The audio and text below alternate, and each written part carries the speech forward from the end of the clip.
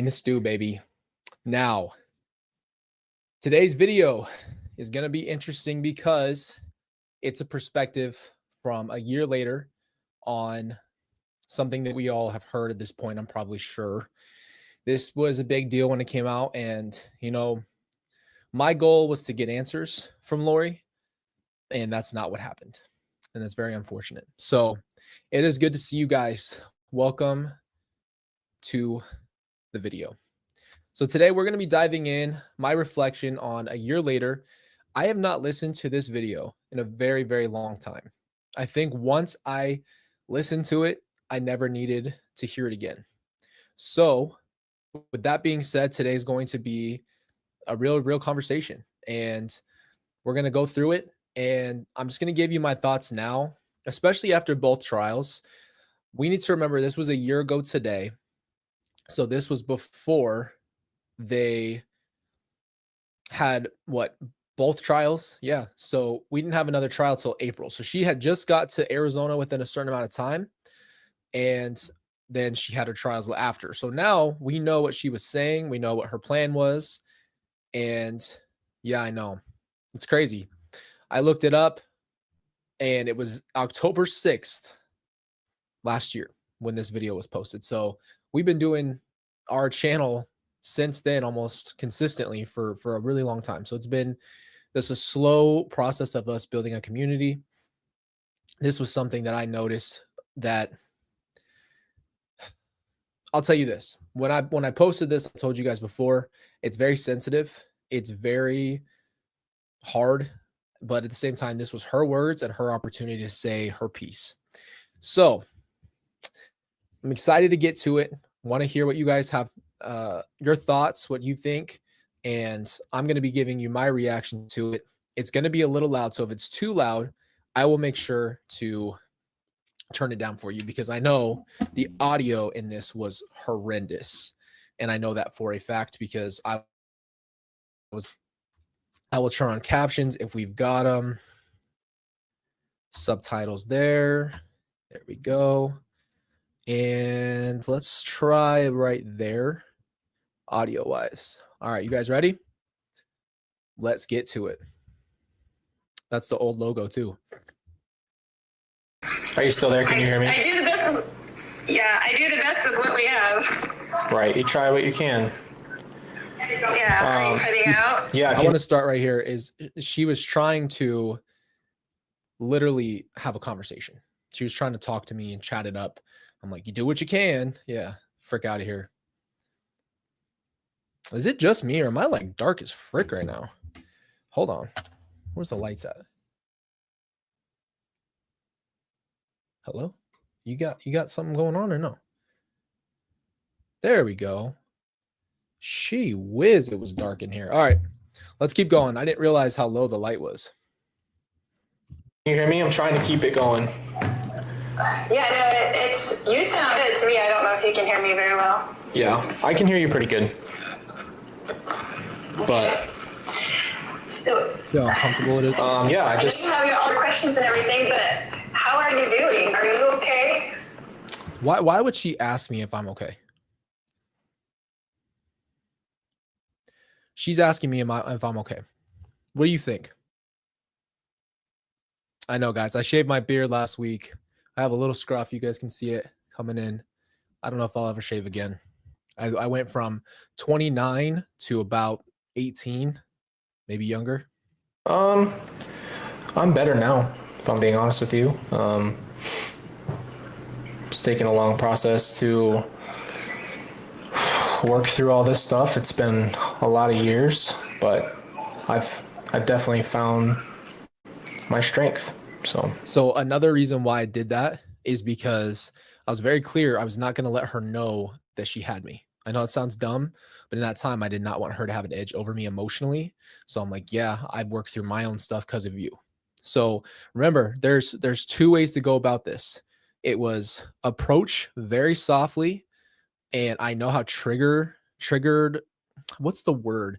Sensitive trigger she is. So I knew if I said the wrong thing, it'd be a blow up or a hang up. So I had to play this very, very strategically. Nothing like what Keith Morrison did. I think that's where I'm at right now. But well, yeah. I know you've got to be busy with kids and everything, so that your life moves fast when you have little kids and you're doing your life. So, I didn't want any of this for you, as you know. Yeah. You told me that Tylee had come to you in a dream. Right.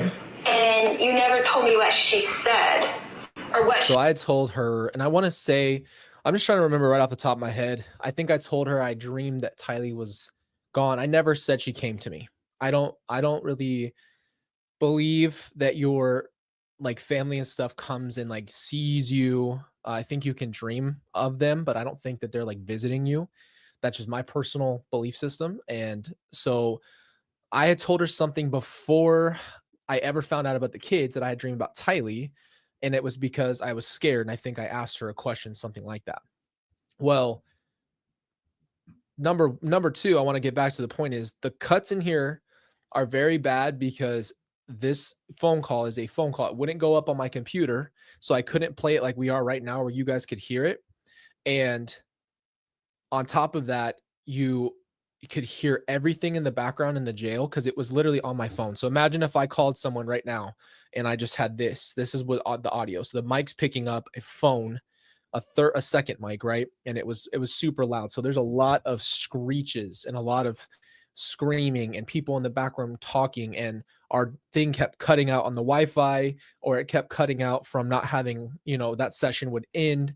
It was a mess. It was a mess trying to have this conversation for so many different reasons. What her message was to you. Yeah. I mean, this is what I always wanted to ask you privately, right? Like me and you, like, what did she say?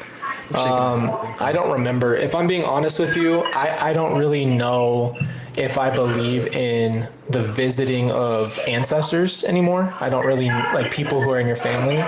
I don't think that's something that I've ever seen biblically, where like you really get visitors from your family on behalf of Christ. I've dreamed a lot of things, if that's what you're asking. I've dreamed a lot of things about you, and I've dreamed a lot of things about my family, but I've never fully dreamed what I can't remember exactly what you're referring to, if that's what you're asking me. Okay, yeah, but you called me, and so you knew something wasn't right, and you were questioning me, and you were asking, but this is before you knew anything, and you had a dream with Tylee. I'm not saying she actually visited you, but you had some kind of... That's exactly what you just said. You just said that you had a visitation from Tylee.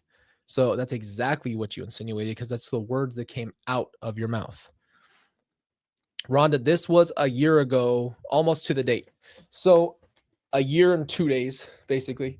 I called her and posted this. If you guys are interested, there is this whole full video of this interview is up on my channel. You can go watch it without the commentary.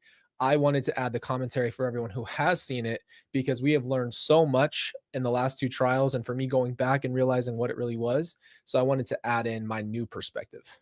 A dream that had upset you, and I wondered, because she had passed away, if she had actually visited you and told you something, because she visited me and told me plenty of things, and the very first thing she told me was, "I'm sorry, Mom, for being such a brat." That's the first thing that she told me, and it was so entirely, and it was so hard. I just want you to understand, I was alone. Obviously, I was recording this, never knew if I'd posted for anybody public.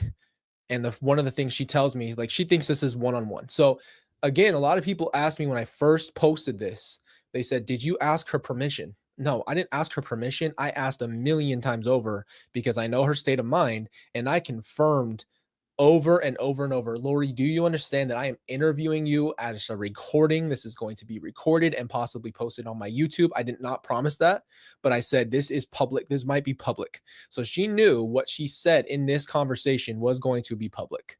That was number one.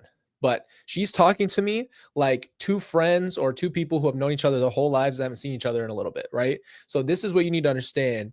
The manipulation and the fact that she acts so normal can pass off for, like, if you didn't know where the kids were and someone acts this normal, it's pretty easy to say, well, there's no way anything's wrong, because you're acting completely fine. So I just wondered if she had said something to you that you recalled. And that was such a long time ago. I just always have wondered, because I never asked you at the time, what your dream was. You just had told me that you had had a dream and that she had come to you, so I wondered. Yeah, I don't really remember, to be honest with you. Okay. I just didn't know if that was something that... And I totally appreciate what you believe or don't believe or whatever. You know what I believe, so it's not... Hell no. This is the thing. I'm sorry to say this. And again, I do have respect for everybody who has different belief systems. Her belief system is so skewed and cost people their lives. You cannot come back from that point and say, well, I respect what you believe and anybody can believe whatever they want to believe. No, what you believe, though, cost people their lives. So there's no way that you're that cool with this, because if you were this indoctrinated and this special, you wouldn't take that same path of, harmony across the globe. You'd be way different. And at that time, it was serious enough to take someone's life based off of their belief system. So there's no way she respects what I believe. I don't know where that's coming from. A big secret. Yeah. I mean, it's what you know from when you knew me, not what you know from what police have told you or other people have told you, but what you actually know from me personally, which that's the only other thing I wanted to ask you about, because do you remember our drive to Reno, just me and you, right? Mm-hmm. And I remember you telling me some really out there stuff. All right. So the drive to Reno was one of the first scary moments. I don't know if I've ever told this story. Kelsey knows this story. I might have at this point, but I remember I had an arena football workout tryout to try to go to basically play in the arena football league. So we have an arena football team in Phoenix, and then there was one up in Reno, Nevada. So I was going up there for a training camp, and she wanted to take me. So that was the first time I had spent any really alone time with her in a while. And it was horrible timing. I shouldn't have gone, but back then I thought I needed to be an athlete and you have to take those moments. I was just really dumb. And so Lori said, I'll take you. And when I fell asleep, I'd had my AirPod in. I had my AirPod in, both of them sleeping, right? And when I woke up from the passenger seat, I looked over and she was driving and she had one hand on the wheel and she was doing this to the sky. Okay. It looks wild. I don't know what, and she didn't tell me until after this, but she was waving dead centered and it scared me. I remember thinking that is not a normal thing. What the hell are you doing? But I was like half asleep. Like, it was just, when you kind of roll over in your seat, the passenger seat's lean back, you're like half awake, half asleep. So you kind of just open your eyes to see what's up. And she's just like this. Well, later she told me that she was changing something about the weather, something about that. And let me tell you, that was one of the times I was like, you're off your effing rocker. And that was just off that one thing. And I know she was on the phone that entire trip. I had never experienced her being on the phone as much as she was on that trip. So she was constantly on the phone. I went up there for a 3-day camp. So I had all day to be at those camps. And then I'd come back and spend the night and then get up and go again. So I think it was a 2-day camp. The third day we did a half camp and then everybody left. So that was really what happened on that.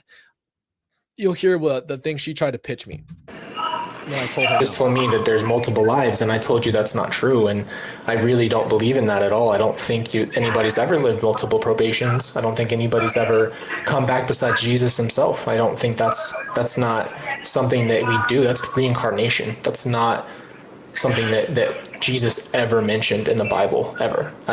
So that's the one thing she pitched me, and it was a big pushback on that. So she said, what's up? Some of you guys are just popping in. Sorry, the video's been going for a minute. She had never mentioned the weather changing thing. That was the first time. And the multiple lives thing, she said, well, we've been here for multiple lives or something of that nature. And I remember telling her like I did, just like how she told me she was going to get married again one day right after Charles. It was the same exact thing. I gave her the biggest, fastest, you guys know I can quip really quickly. She goes, I'm gonna, what we were just talking about, the multiple life thing. She goes, well, there's been multiple lives and this and that. And I said, there's no way that's reincarnation. That's just not something that the LDS church that I know believes in. But as a Christian, I don't believe in that. I don't believe that there is a multiple You don't go to heaven, come back, go to heaven, come back. It's not re-download and re-upload. And so once I said that, that conversation just went silent because it was quick. I had no tolerance for that. When I don't believe in that, I said, nope, that's reincarnation. That's not something that happens. And so she knew spiritually, she could not pitch me a lot of stuff. She just really couldn't come and say a bunch of spiritual stuff to me because I didn't believe her. Nobody who comes back and lives in flesh and is born again and has a whole nother different life and experience. So I truly knew when you told me that didn't make any sense to me and it didn't sit right with my spirit. But I trusted you as my mom. I tried to give you the room to share with what you thought and felt. But as years went by, I had to do my own research on the things. And I remember thinking, when you did that and said that, I remember thinking, that's just not right in my spirit.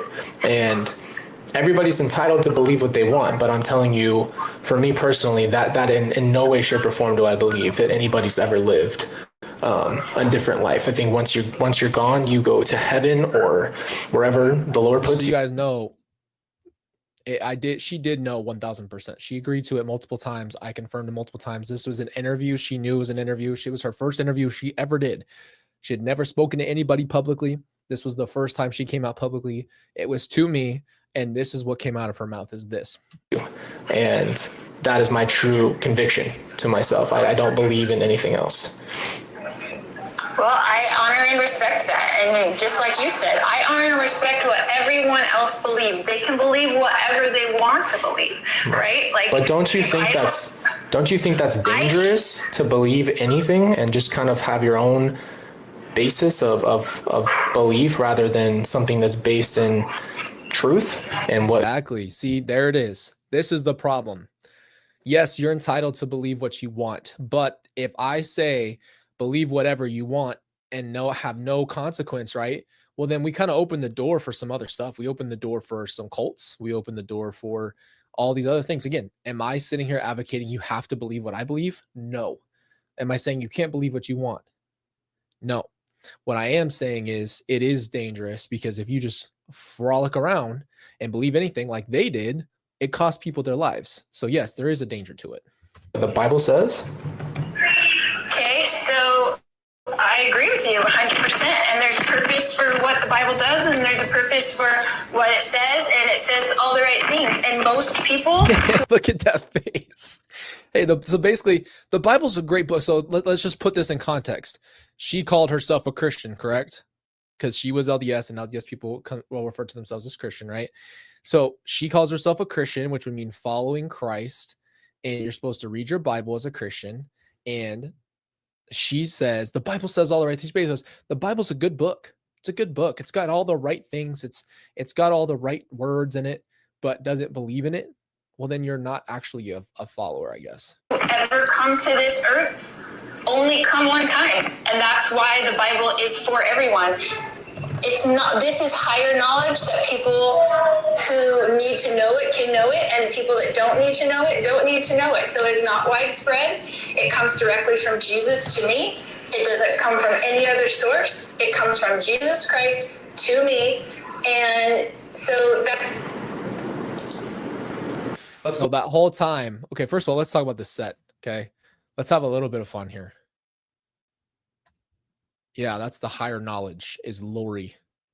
This is the old room with a black sheet with shutters with an old mic sticking straight up with a million plugs in it, and my mother-in-law's chair. I mean, we've come a long way. We've come a long way, ladies and gentlemen, in a year. Pretty crazy. Pretty crazy. It's just crazy to see that. And there's no echo now. So what happened was, again, that whole time I was clicking on my phone, trying to figure out, can I get this on my computer? So that whole time I had tried 3 different things. There's actually an entire section of this whole interview that you guys did not get to hear that was about 10 minutes long, where I had directly plugged the camera into the mic and the mic into my phone. And so I tried to get a direct feed. And that part, I had talked to her about zombies. And in that part, the whole audio, for some reason, went mute. I mean, silent. There was no recovering it. It sounded like, you could hear that there was a noise, but it was like clicking, like it wasn't, something was wrong with the wiring between the cameras. So again, I was very new to cameras and YouTube and all that stuff. So this was obviously, as you can tell, I have a wild setup, but it's, you had to start somewhere, right? Long story short, you missed that whole part of that, but all she really did was deny zombies. I asked her directly. I had a whole list. You know what? Let me see if I can find that list and I'll read you guys all the questions that I had for Lori, just so you guys know where I was at, because I've never told you all my questions for her. So let me pull it up real quick and see if I have it.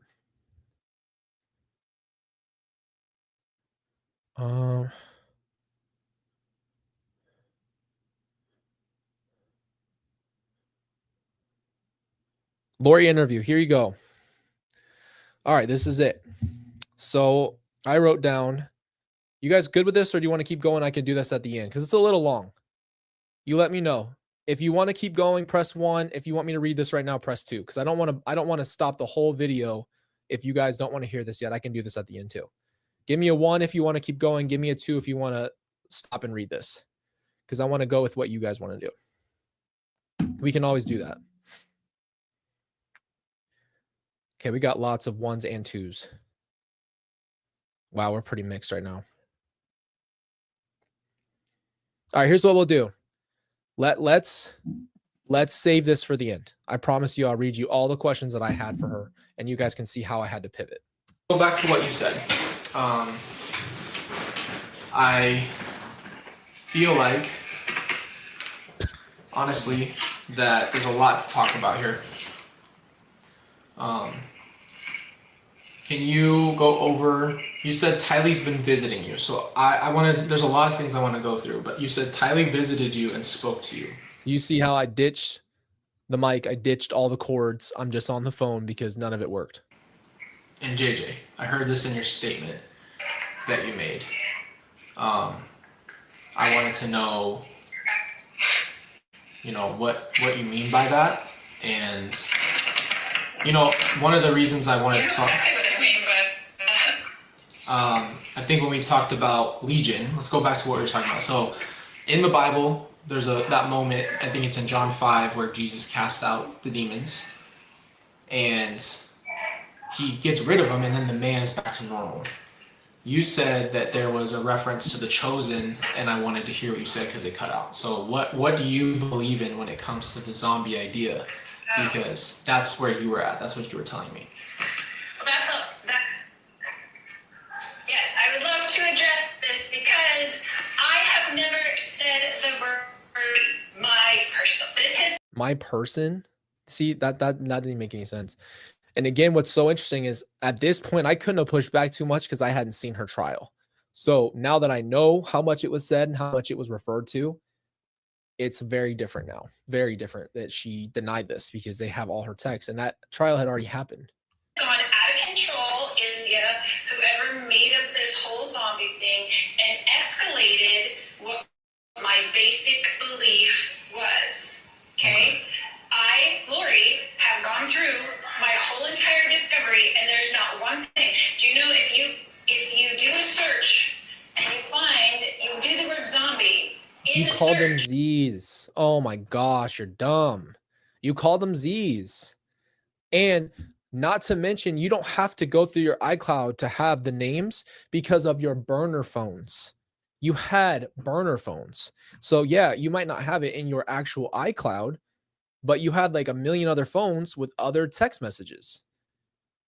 What are we doing here? That's good. We're going to put that on a shirt very soon. We got more merch coming for you with all of our sayings. What are we doing here? for in my discovery, do you know the only thing that comes up is when JJ was ordering those little zombie babies from Minecraft. That's the only thing that comes up in all of my 19 years of my iCloud. I was not saying that. That is not something I said. That is not something that. So yes, can evil spirits possess humans like it did in John 5?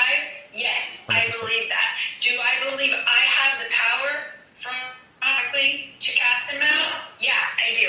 The same way he cast him out in episode 5 of season 2. I look heartbroken, bro. I look so heartbroken. Like, it's crazy. I can see tangibly how sad I am, and I can see how distraught and defeated I am. Like, just looks so defeated already. And at this point, she'd already said a lot of stuff. We've already heard a lot of things, but I looked broken. That's crazy. But let me tell you something. This, you guys know how I use that analogy of re-breaking bones.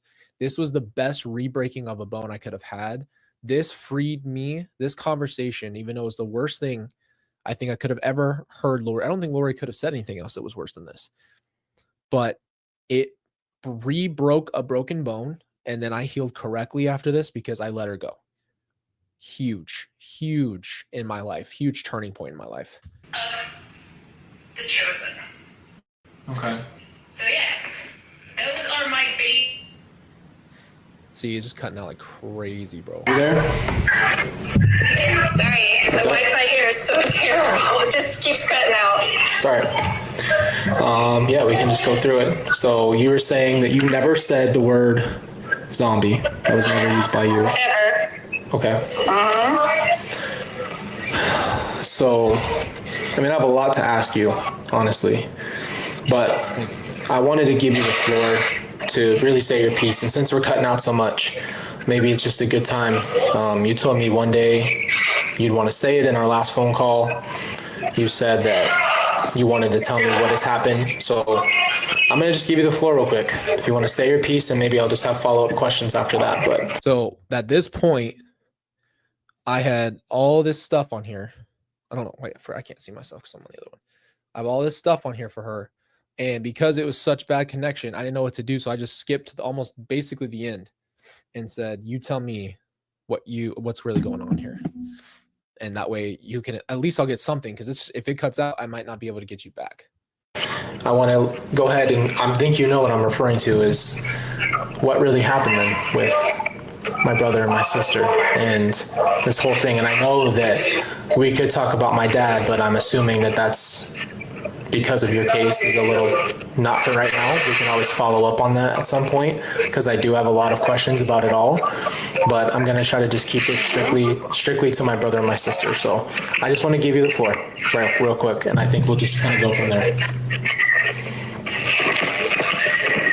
Well, it's obviously different than what everyone else thinks, and I don't know that if you knew the truth of what really actually happened, if you would want it to be in a public forum, Colby. Okay. I mean, I talk to you personally. I know that you are the only person on this planet, to me, who loved Kylie and JJ as much as I do.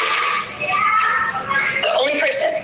So in all of my 4 years or 5 years of going through this, because, you know, it's been 5 years now. It's because Jesus to her is a TV show, right? It's not biblical. Sorry, I didn't mean to take that off. It's not biblical. It's what she thinks Jesus is in her brain. She made up a Jesus. And so that's why it's referrals to The Chosen. Again, do I think Chosen's a great show? Yes. Is the guy playing Jesus, and how it all happened? No, it's a TV show, right? It's separating what's good versus what was real. And I'm not saying that The Chosen can't do great things. I'm sure it has. But we need to stop replacing media as biblical Jesus, the living Jesus, right? And so I think it's just really important here. This is exactly where it is. Her references. Evan Almighty isn't even a movie. You couldn't even call it a Christian movie. It's kind of a parody, right? Like, it's not really at all in any way, shape, or form anything to do with Christianity. It's just it's a story. Freaking Michael Scott comes out of nowhere and has a boat. I mean, come on. I understand it's based on Noah, but we know that's not actually anything realistic. It's just that's how she understands of the Bible or Jesus, I guess. Yeah. I have asked every one of my attorneys, how can you help me to talk to Colby in a way that I can let him know the truth of what happened, because he's the only person on this planet, not my mom, not my sister, not anybody else. Colby is the only person on this planet who loved JJ and Tylee like I did. He was the only person that truly cared. And in my opinion, he is the only person who deserves to know what really happened. So how much, you see how, I mean, it's hard, man. Back then, it was really hard to break out of that mentality. Even though it had been years since we spoke, it was like she was trying to pull me back into, like, remember, you have the little kid that you were and the adult that you are now. And the unhealed kid in you is the one where she's pulling strings and hurting me emotionally. So that's when I watched this back after I'd done it. I had watched it to post it. And when I watched it and listened to it, I was like, oh my gosh, this is so manipulative. And then when I did post it for everybody to see, you guys came in and gave me a bigger perspective, said, Colby, she is like, the unbelievable amount of gaslighting, like all the stuff that came from that, it taught me a lot. And so I was able to let it go. But this right here with the tears and the, you're the only person in the world, like creating a special bond, creating a just you, right? This is exactly what I think Chad was good at too, is you, just you, you're the one, you're special. It's like the language props you up and tries to make you feel special, which everybody who loved Tylee and JJ deserved the truth, which we deserve the real truth, not her version of the truth. You help me find a way where I can talk to Colby privately and tell him, because this is a horrible situation and I want to be able to talk to you, but I don't know that after you know what actually happened, if you would want that to be public. Okay. Well, basically, you said no one was murdered. That was your biggest statement. You said not one single person was murdered, that everybody, you said there were suicides and deaths, accidental deaths, and you said that there was drug overdoses, that no one was murdered. So that's what I'm going to ask you then. If you were willing to say it in your statement, then I'm asking you to say it to me. If you don't want to go into detail, that's your decision. But that's what I'm asking you today. I think I was just saying, here it is. Here's your chance. Just tell me the truth. Tell me what happened. You should explain it to me. You were there. You know what happened. And here we are. This is what comes next. Well, what I can tell you is that I wrote out what happened with those 38 pages, and that's what I was telling my attorneys. I need this to get to Colby. I don't care who else it has to go through, but I don't think it's fair to Colby to not have this information, since he is the only person I feel like was as close to that cared about JJ and Tylee like I did. Now, you are the only person, Colby, in the entire world that I felt like I said, I want to talk to Colby. Damn, like, stop repeating yourself, bro. You have said it about 50 times that you want to talk to me. Instead of answering the question, you are doing gymnastics around everything I've asked you. I asked you what happened, and I didn't even realize how many times she says, I wanted to talk to you. I want to talk to you. I want to talk to you. You're the only one I want to talk to. Oh my gosh. Tell him, because he deserves to know. I don't care what anybody else knows, and I frankly don't care what anybody else thinks. It's not their children. They're my children, and they're your brother and sister, and we were the family, and we were the ones doing everything for them. And when you took care of JJ, when Tylee was in the hospital, that waiting right here. Do you hear it? Do you see it? I wanted to point it out. I see it now. She took a very real thing, my connection to JJ. And what probably people don't know is right before, so we were moving to Kauai.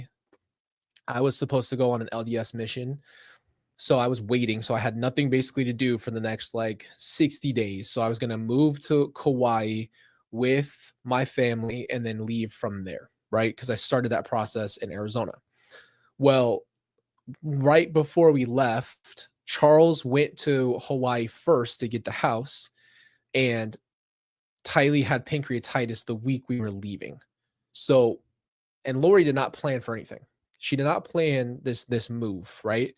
What happened was she ordered those dumpsters from the city, had them put outside, and had us throw furniture, TVs, anything you could think of in those dumpsters to give away. People were lining up in trucks and unloading all of our stuff into their trucks and leaving because there was so much real good stuff that was being put in these dumpsters because she didn't plan for this. She was throwing it away, right? So as that was happening though, I had to watch JJ by myself. And back then, this was before JJ was verbal at all. And it was way like more, it was just more difficult. You couldn't talk to him. He would look at you. So you had to just go with his routine. And he was also really, really fast and really, really strong. So he could climb everything and he would not listen to you. And you couldn't get him to tell you what he needed. So you have to really work harder to understand his needs and his wants. Well, Tylee was in the hospital, in the children's hospital. Lori was with her all night and all day, only coming home for a little bit. And so at 17, I was watching JJ completely alone by myself for a while. And she tried to pull that scenario out because, I don't know, it was just a manipulation tactic. But I love JJ. I love Tylee. So that's when I realized what this really was, how masterful she really was at doing this kind of stuff. Before we had to move to Hawaii, and you sat there with him as a 2-year-old before medication, before we knew he had autism, and he would just run like 100 miles an hour. And I remember because when you picked us up at the airport, picked us up, and you were so mad at me when you picked me up with JJ, and you're like, what are you doing? And you're too old to be, you're a grandma age, and you're too old to have this baby, and what are you doing? And he's going to have so many problems, and you were really mad. Yeah, I told you guys, I went off when she brought JJ home, and it was more about her, right? I was mean about JJ, but it was because I was so mad at her. What are you doing? Why did you bring a baby home? I was pissed because I thought it was a horrible, horrible idea. And I think I was about 16. Yeah, about 16. And I was like, what are you doing? Why would you? And I told you guys, I realized through therapy, the reason I was so mad is because I didn't want her to have another child. But I didn't know that at that time. I just thought I was pissed at her for bringing a baby into our house and all this stuff. But reality was I didn't want her to have another baby, and I didn't know that. And it wasn't like a fight for attention thing. It was like, you shouldn't have kids. But you don't learn that kind of stuff till later on. And JJ came with his own love, and you fell in love with JJ. You, Colby, did. And when you had to take care of him during that time, I think that bonded you the most to him. When you took care of him, and Tylee and I were in the hospital, and Charles was in Hawaii. What I asked her? Do you remember the question? Because it was about 5 minutes ago. I said, here's the floor. Tell me what happened to my brother and my sister. And this is where we are, where she's telling me a story that has nothing to do with my question. Not a single thing that I asked her is part of this answer. You're trying to set up the house, and you're trying to move out of that huge 5,000 square foot house, and we were just throwing everything in the dumpster because we couldn't move it. We didn't have time because we didn't expect Tylee to be with. Yeah, you didn't wait till after the first week. That's why you threw all our furniture and everything away. You just started throwing it in the trash because you didn't plan to move. Titus in the hospital, and I was in there with her screaming, and so you are the only person that deserves to know the truth. Also, I can't tell the story of what happened to Tylee and JJ without telling Tylee's life, and I don't necessarily want to tell that to the public, but you know it. You are the only person who lived it with me and her. This was her first interview ever. This was everything to come. It with me. You went with me and her to therapy every week. You were the ones there where she was crying and screaming and throwing things in walls because they were forcing her to go to jail. You saw all of her moods. You knew how she had depression and anxiety attacks. He just freaking said, I don't want to tell Tylee's story, and then proceeds to tell Tylee's story. And you and Kelsey were even coming over to mentor her during that time. You know, because you were there. And you were there with JJ. You were there with Tylee. And you know, and I didn't want to write it out like that. I didn't want to just say, oh, this is what happened. I wanted to talk to you and answer your questions so I can tell you everything that actually happened. And if you have a question of something, well, the police said this, then I have an answer for that. That is not what they weren't there. She wanted to have me present what the FBI, the police, hundreds of different agents had to go through to trace her down, so she could answer every question by lying to my face, because this is what I think. And again, I hate to bring this up out of context because I don't want it to be this big battle between Chad Daybell's kids and me. But I will say this specifically. I think this is exactly what Chad Daybell has done to his kids, only they took it, from what I understand, I don't know for a fact, but having him be able to say, well, actually, here's the answer to that, because they had time to think about all this stuff for a long time. And so, she could have said, well, I could have said, well, the FBI found this. Well, here's the answer for that. And it's manipulation. It's not the truth. It's just them knowing they can manipulate you. I think that's what's happened. So you can see it's very real. It's very real manipulation. And I was effed up after this. Like, mentally, it took me a couple days to even sort my brain out. Like, I was messed up for days after this interview. And they don't know. So I wanted to talk to you so I could hear your questions and answer your questions, because you are the only person besides me on this whole earth who really loved both of them the way that I did. And so, you want to know what I was thinking? My thought was, I cannot believe what I'm hearing. You have spoken in circles. And lastly, so disrespectful to act like I'm the only person who loved the kids. Like, no one else loved those kids. No one else cared. No one else loved them the way we did. Like, we're not in a special club. And I never believed that. But you see how she's grouping me and her into this special club. And she hasn't answered the question yet, by the way. you heard what happened if you heard that. What I wrote. They wouldn't give me the detail, really. So that's why I'm asking, because that's what. I would be happy to tell you personally and privately, because I don't know if you want those details out in the public. Well, you pretty much said it in the trial. See, that's what it is. This is why I was just doing it very softly. You said what you said. You alluded to it. You said it. You said there was no murders. You said there was accidental deaths, and you said that there was suicides. You said it at the end when she got convicted. She said, as the only time she spoke up in her trial from 2023, this is what she said to the public. So now she wants to not tell you the details, but you stood up and said it anyway. So what are you dodging here? You can't have it both ways. You can't say that and then say, well, I can't really tell you. Well, obviously that's pretty clear. I can kind of draw a conclusion. Just tell me what you meant by that. This is why you guys hear me all the time say, am I crazy? Like, I've learned from years and years and years to think about what I'm thinking. I have no problem admitting when I'm wrong, but when you grow up being gaslit to hell, you question reality all the time. So you have to slow down and start really thinking about life, because this kind of stuff will mess you up forever. So I guess I'm wondering why you said those things if you weren't willing to just share, if that's the truth, that you say it is. Well, it is the truth, and it's exactly what happened. But do you want me to say what I've seen personally? Sure. So it's gonna be heavy. So I hope you're ready for this. They found my little brother in a bag, tied up, buried, and then they found remnants of my sister. Mm-hmm. Remnants, not even a person anymore. Remnants of her. Can you imagine why that is? Do you have any reason to think that would happen? What kind of question is that?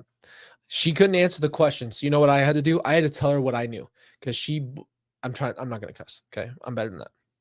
We're learning not to do that. We don't have to throw the cussing in there, Colby, to make a point. Here it is. So you guys saw the dance. I had to play the game and just listen. She never came to a conclusion. So I had to come in and say, well, here's what I heard your letter says. Okay. This is the idea, and this is the facts. So I had to go with her, and then she goes, do you have any idea what I could have been the case? Do you have any idea why that was? What kind of question is that when I just told you what I just told you? No. No. So, did you know Tylee's desire of wanting to be cremated? That was your version of cremating her? I was trying not to bawl. I'm trying not to bawl right now. This is my mom saying this, by the way.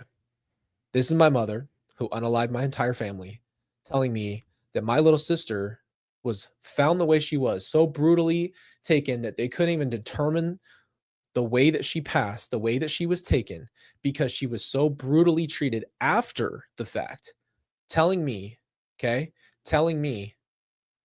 this was Tylee's desire. So somebody fulfilled Tylee's desire after she was unalived. That was her. That's what she wanted. So basically, her wishes were filled. Correct? That's what she's telling me. It wasn't mine. Because that doesn't sound. It wasn't mine. But did you know that she had that desire? No. Well, so you don't know because you weren't there, but when... That's her famous line. Her famous line is, well, you don't know because you weren't there, but here we go. I'll tell you, but I'm a credible source. This is a trust me, bro, right? This is a trust me, bro kind of person. After Charles passed away, and Alex and I and Tylee were at our table in there at the house in Chandler. It's been 2 seconds and she's already said so much off the wall SH, okay? She just went from telling me that Tylee was, her wishes were this, to Charles passing away and saying, well, let me tell you a little story about what you don't know because you weren't there. But here's what Tylee told me after Charles passed away. This is how you know she lives in her own world. And I've told you guys this before. It's self-inflicted delusions. So that way she doesn't have to face reality. But I did not know how directly, but this is before we heard her speak ever, really. This was the first time she had really spoken out. And we were going over Charles' wishes, and Charles had put all his stuff down saying he wanted to be cremated, and don't ever put me in a box or I'll come back and haunt you, because he was claustrophobic. He didn't like the idea of being in a box, and he had said all these... Keith had a very, very confrontational interview with her, and it was good because everybody has different styles, and she spoke to what's her name, Brianna from Arizona family multiple times. In the first one, people I think were a little critical of Brianna because she was really soft and people want people to have you push back. And then I think on the last one that Brianna did, she was a lot more direct. Nate Ayton has now interviewed her, and Keith Morrison. So I think that is the only 4 people, including myself, that have ever actually interviewed Lori. I could be wrong. I don't think anybody else has actually one-on-one spoken to her, but they all saw her in person. I did not. Funny things on his letter to me, and Tylee said to me and Alex at the time, she said, don't you put me in a box either. She's like, whenever I'm out of here, I want to be cremated. That was her big thing. So why wasn't she cremated? Why didn't you cremate her? If she wasn't murdered, why was she picked? But she wasn't. Okay, according to what you say. I don't know how I held it, man. I really don't. I don't know how I held my composure. I guess I just had made that decision prior to doing this that I wasn't going to lose it. So I didn't. But simple question. Sometimes the best way to combat somebody like this is simple logic. If that's the case, why didn't you cremate her? If you guys do not know, cremation cannot be done by a normal fire. Okay. And I'm not trying to be graphic. I'm just being as honest and real as possible. You cannot cremate anything with normal wood fire in your backyard. You have to have a furnace that gets very, very, very, very hot. And that is not cremation. So that's not even, she couldn't even pass on her own logic, right? She couldn't even tell me that, because that already just defies any logic. And you say you were there. I'm trying to give you this space without telling you what I think and feel. I'm trying to ask you the question because that's not cremation. I have my brother and sister's ashes. That's cremation. I have them. Can you imagine? Can you imagine coming in on that scene? See, she hasn't even told me what the scene is. We're living in her reality. And now feel bad for her. Do you see that? It's pretty masterful. It's pretty masterful. It's almost so seamless that you don't notice because it's so quick. It's natural to her. Like it's her native language. It's not something she even thinks to. She doesn't think, it's already coming out of her as you're finishing your sentence as if it were truth. And this is the thing. Of course, I would love to have been able to process faster and say more. I have to tell you, dude, the straight honest truth is I was in shock. This was can you, I don't think you can understand the context in that moment. Like this was brand new information and she did not care. So I was in a state of shock while trying to do this interview, while doing it on the phone, while trying to get my questions out. I had a million more questions. I'm going to read them to you guys at the end. It was crazy. Man, we're like 18 minutes in. I thought this whole thing was over. How did we talk about it? Can you imagine as a mother, you're a father now. So imagine you come in and find two of your children deceased. So they just died out of nowhere. I didn't say that. You come home or whatever, and both your kids are dead. And then what? You just never tell me what happened? Or you never tell anybody anything? I'm trying to understand you. You can't, because you can't imagine what that is like. You can't even imagine, you know how much I love those kids. Seamless. Jennifer says she's a psychopath. I truly believe that. I could have never talked to Lori. She has made me so bummed out. I thought we had been here longer than that. I agree with you. That's how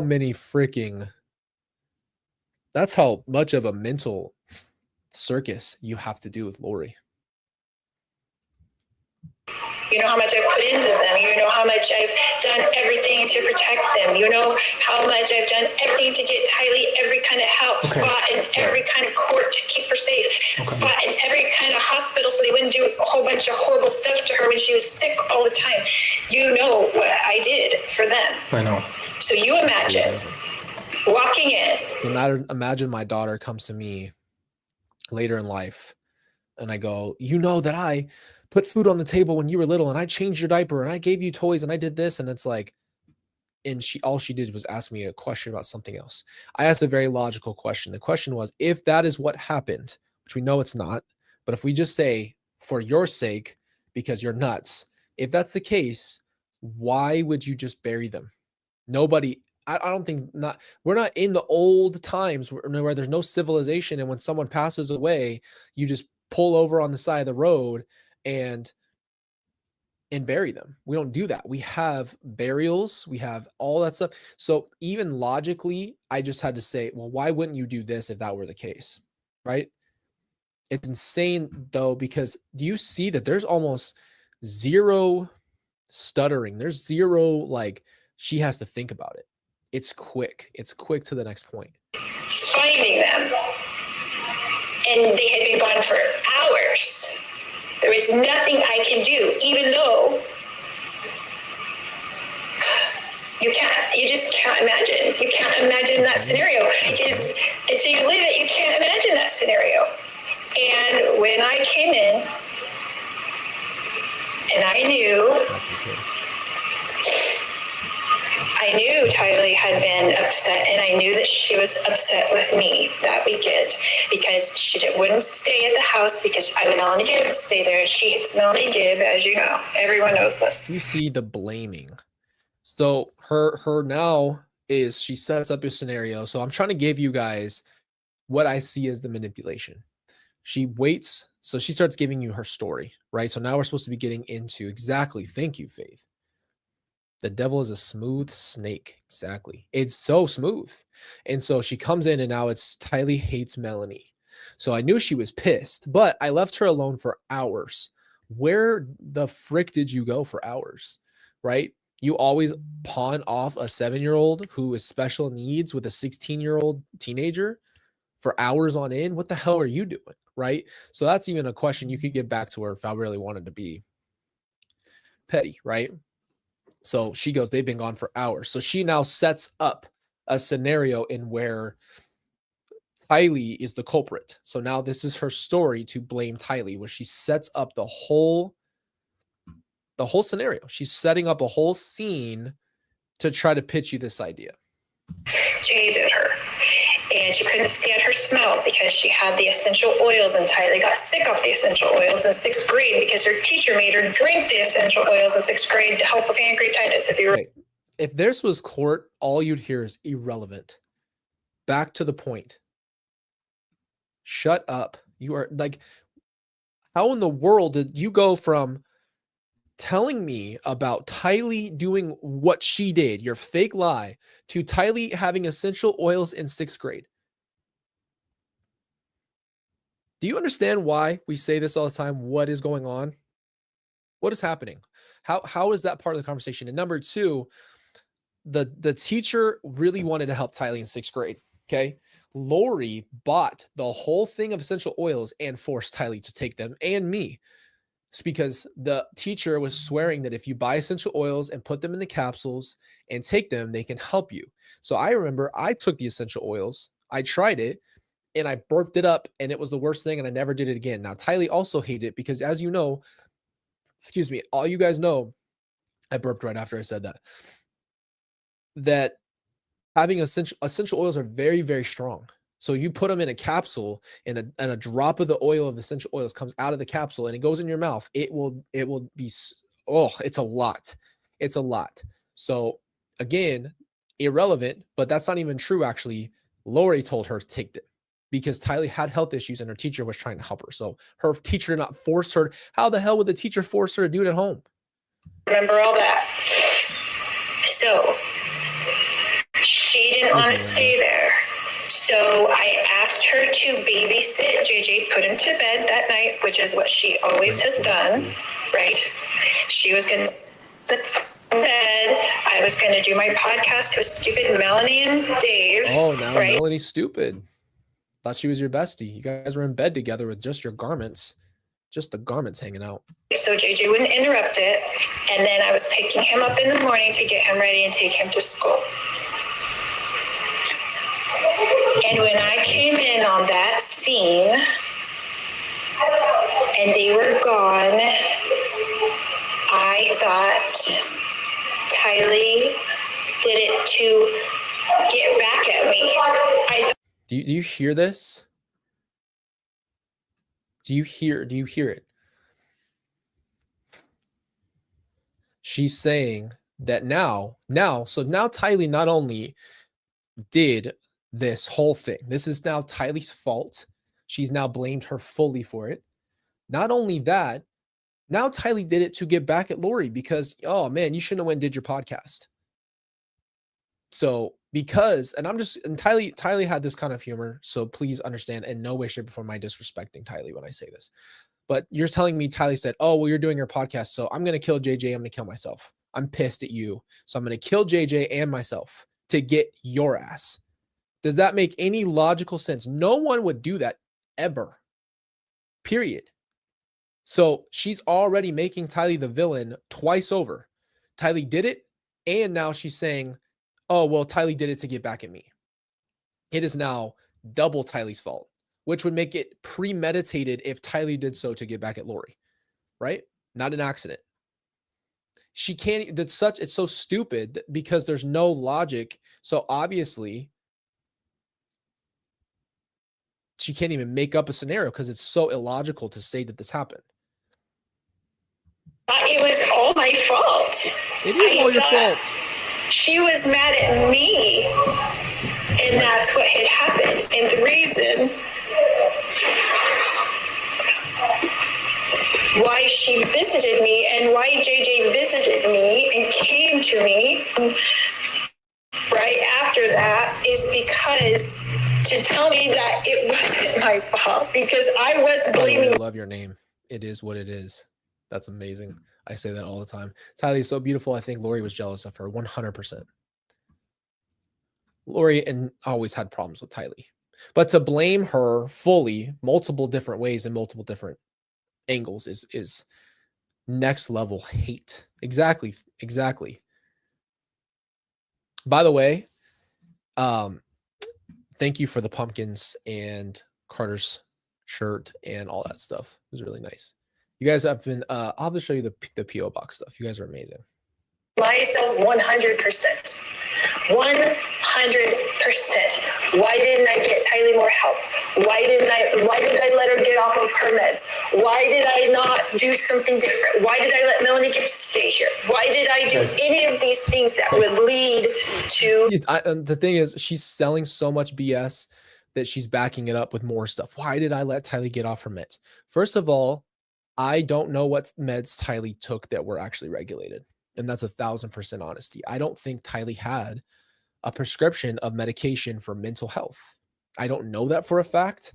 What I will tell you is that Tylee was taking unprescribed Xanax from Lori. Lori had Xanax and would give it to Tylee whenever she was feeling stressed out, which I think as a parent, you don't F around with medications. You don't just give your kids Xanax because they're feeling a little bit panicked. You need to take them in, get them looked at, really make sure their mental health is okay, and check their bodies, and you don't just give them your prescription. Xanax is not Advil. You don't just hand that off to somebody, especially a teenager. So again, this is so many lies that she thinks I don't see through. It's crazy because I'm like, who allowed you to think, or who gave you the idea that I am buying your crap? For real. Who like, where are you doing it? Exactly. You can't just get Xanax either. You have to have it prescribed. Now, Tylee had a lot of mental health issues. She did. She had a lot of anxieties. And going to your parent shouldn't just say, oh, well, here's the Xanax. Go relax. Here's muscle relaxers. Go relax. You don't just take crap, man. You don't just take pills. It's wild. This, how could it possibly have happened? Why and how? Why and how? I mean, you can't even imagine what that is like. No one on the earth can imagine what that's like. You're telling me that Tylee took JJ's life and then took her own life on accident and took her own life? No. See, this is what I would say now. You literally just told me. You just told me that she did it to get back at you. That's two completely different things. So Tylee had pancreatitis when she was 2. So this happened way before. The answer that I got about Tylee's pancreatitis is that your pancreas has I don't know exactly, so I'm going to mess this up, but there's basically a line that goes into your pancreas, and Tylee had, instead of one line that goes into your pancreas, hers was split into 2 smaller ones. So it caused her the ability, because your pancreas produces insulin. So I think she was insulin resistant. And when you get pancreatitis, it is the inflammation of your pancreas, which is unbelievably painful. Tylee had it at a very young age, but I don't know what medications. Again, I don't think Tylee had prescribed medication. So I know a lot of people think it's Munchausen's. I'm sorry if I say that wrong. Again, I don't. We'll have to talk about that in another video, because that's just something that I don't want to just throw off. Because first of all, I love my sister. You need to understand that she did not know any better in life and didn't have a chance in hell. So we'll have to talk about that in a different time when I can give you more of an understanding. I don't want to just throw things out. After. So who chopped and burned her? And who duct taped JJ and put him in the ground? I'm asking you.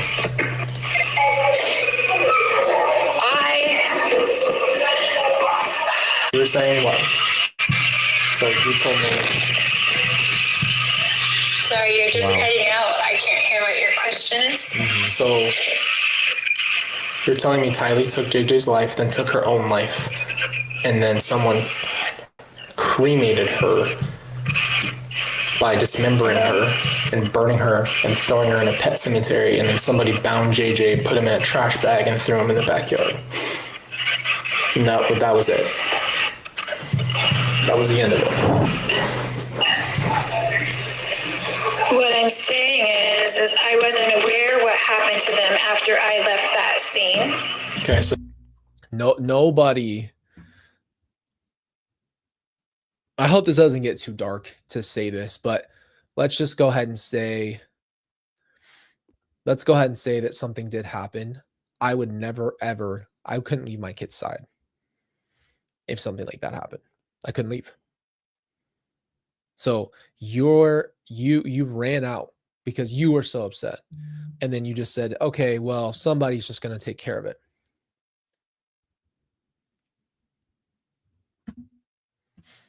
Not necessarily. Her diagnosis is very, very complex. Very complex. you gave it to someone else. You gave the responsibility to someone else, is what you're saying. Correct. Okay. And then I didn't. I just ran out. okay. I just. So you're saying someone else took care of the situation. Yes. Okay. I'm sorry, I didn't hear that. I said, yeah, she can't hear. She can't hear when it's a real question. Imagine telling someone, okay, well, I found my kids unalived, so I ran out and I never ran back in. But by the time I actually got back in, somebody just came in, a magic little elf came in and took care of it. That's just like, you're that stupid that you couldn't even make up something. You're so stupid that you couldn't even make up a scenario in where somebody did something, because nobody just came over and did that. It just doesn't, oh my gosh. I got you, Jennifer. We love you too. I get it. This is not a very, this is not a fun, easy video. I understand. It's breaking up. I'm saying that you're saying to me that someone else took care of it. That's it. Then I don't have to go into more detail there. Somebody else took care of these things. So you Correct. okay. Okay. I'm telling you that their spirits were gone from their bodies. Why did she tell me that? Why did she tell me their spirits were gone from their bodies? Because we know from their belief system that they believed that their spirits were gone. So this is her real belief system, whatever we want to call it, her real belief system coming into play. Why would she tell me about their spirits being gone? Yeah, if they're unalived, that means that. So you don't have to explain that to me. So why did she say that? Let's think about that. That time they were gone. They were already in heaven. They were already gone. What does that have to do with anything? What do you mean they were already gone? Okay. Correct. Okay. So you're saying that they were gone, and why, if that's the case, then why wouldn't you just tell us? What was the secrecy for? Why didn't anybody know? There's a lot of reasons. Colby and I've gone over that a million times, and Okay. I can tell you from the beginning, my thoughts then and my thoughts now obviously are different. I've had lots of therapy about it, to kind of work through it myself. But at the time, I didn't want anyone to know what Tylee had done to JJ, and I wanted to continue to protect Tylee. Jeez, I'm getting pissed. I'm getting pissed.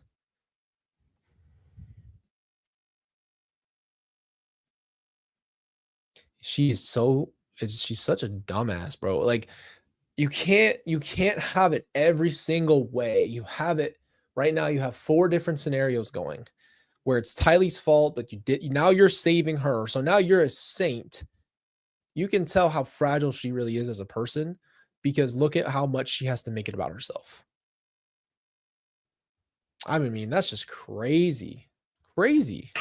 As her mother, who has been trying to protect her whole life. Like, this is my scenario, Colby. What if Tylee holding JJ down for too long, trying to get him to not scream and be loud in the apartment? So let's pause again. She just made up. Now she tells us how she thinks they were found unalived. How did you know that? What evidence did you have you saw it and you ran out? So let's slow down, right? I'm just going to call everything as it is. You walk in, you see that they're gone, and you run out of there. How did you know what she did to JJ? And I'm going to say it right now. It's because that was what she did to JJ. That's what she did to JJ. That was the projection. And I just felt that because I've always wondered. And that, to me, for me personally, confirms that. She did that to JJ. She was the one that held him down. And she just projected it to Tylee, because where the hell did she get that idea from? She would have had no idea how JJ passed.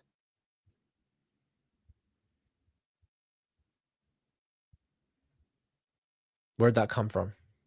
How? That's so specific. That's too specific. Where did that's so out of left field? You won't just say something like that. No, she wasn't just there. She did it. She held him down. Because where would that come from? Where would it come from, guys?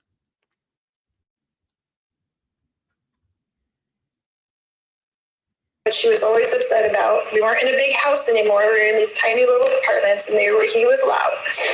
And what if she held him down too long and realized afterwards what she had done? What if she had come running to me and told me what she had done? Right? That it was an accident. Projection. That's what I believe in my heart right now in this moment. I think everything she just said was a projection.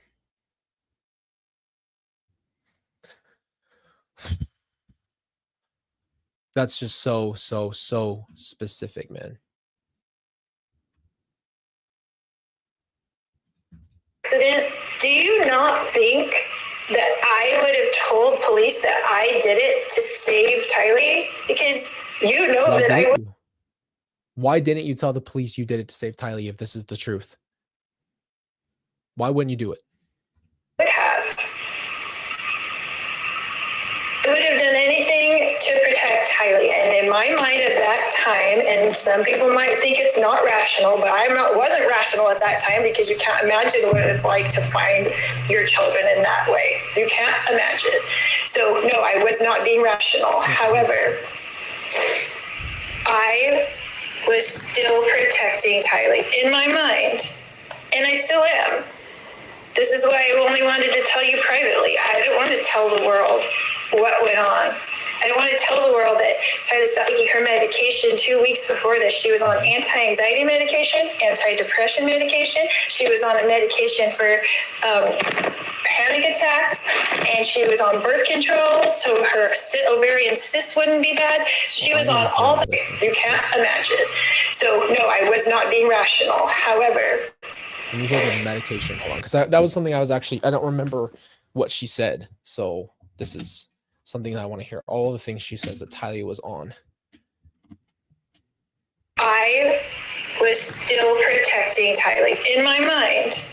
And Dr. John was very clear from Hidden True Crime to say very specific about the in my mind. Very interesting thing to say to anybody. Very interesting thing to clearly say in my mind when it comes to factual things, to clearly state in my mind I was doing this. In my mind. Very clear statements to say that. I still am. This is why I only wanted to tell you privately. I didn't want to tell the world what went on. I didn't want to tell the world that Tylee stopped taking her med. She knows she's being recorded. She knows she's being interviewed. And then she goes, I didn't want to tell the world. And then proceeds to immediately say to the world what it was. medication 2 weeks before this. She was on. Okay, so she tells, now her idea is Tylee was off her meds. Tylee was never on meds to the point where she was debilitated from being able to go without her meds. I just want you guys to understand that. That had never been the case, ever. Anti-anxiety medication. Okay, so her giving her Xanax. Anti-depression medication. I don't know anything about antidepressant. She was on a medication for panic attacks. Panic attacks and anxiety medication are the same thing, no?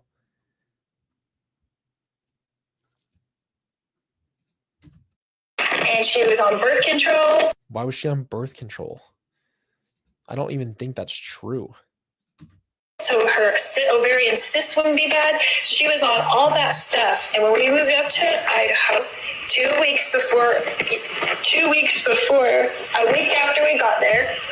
2 weeks before, a week after we got there, can't even figure out the timeline here. Absolutely zero logic in all of this. Hold on.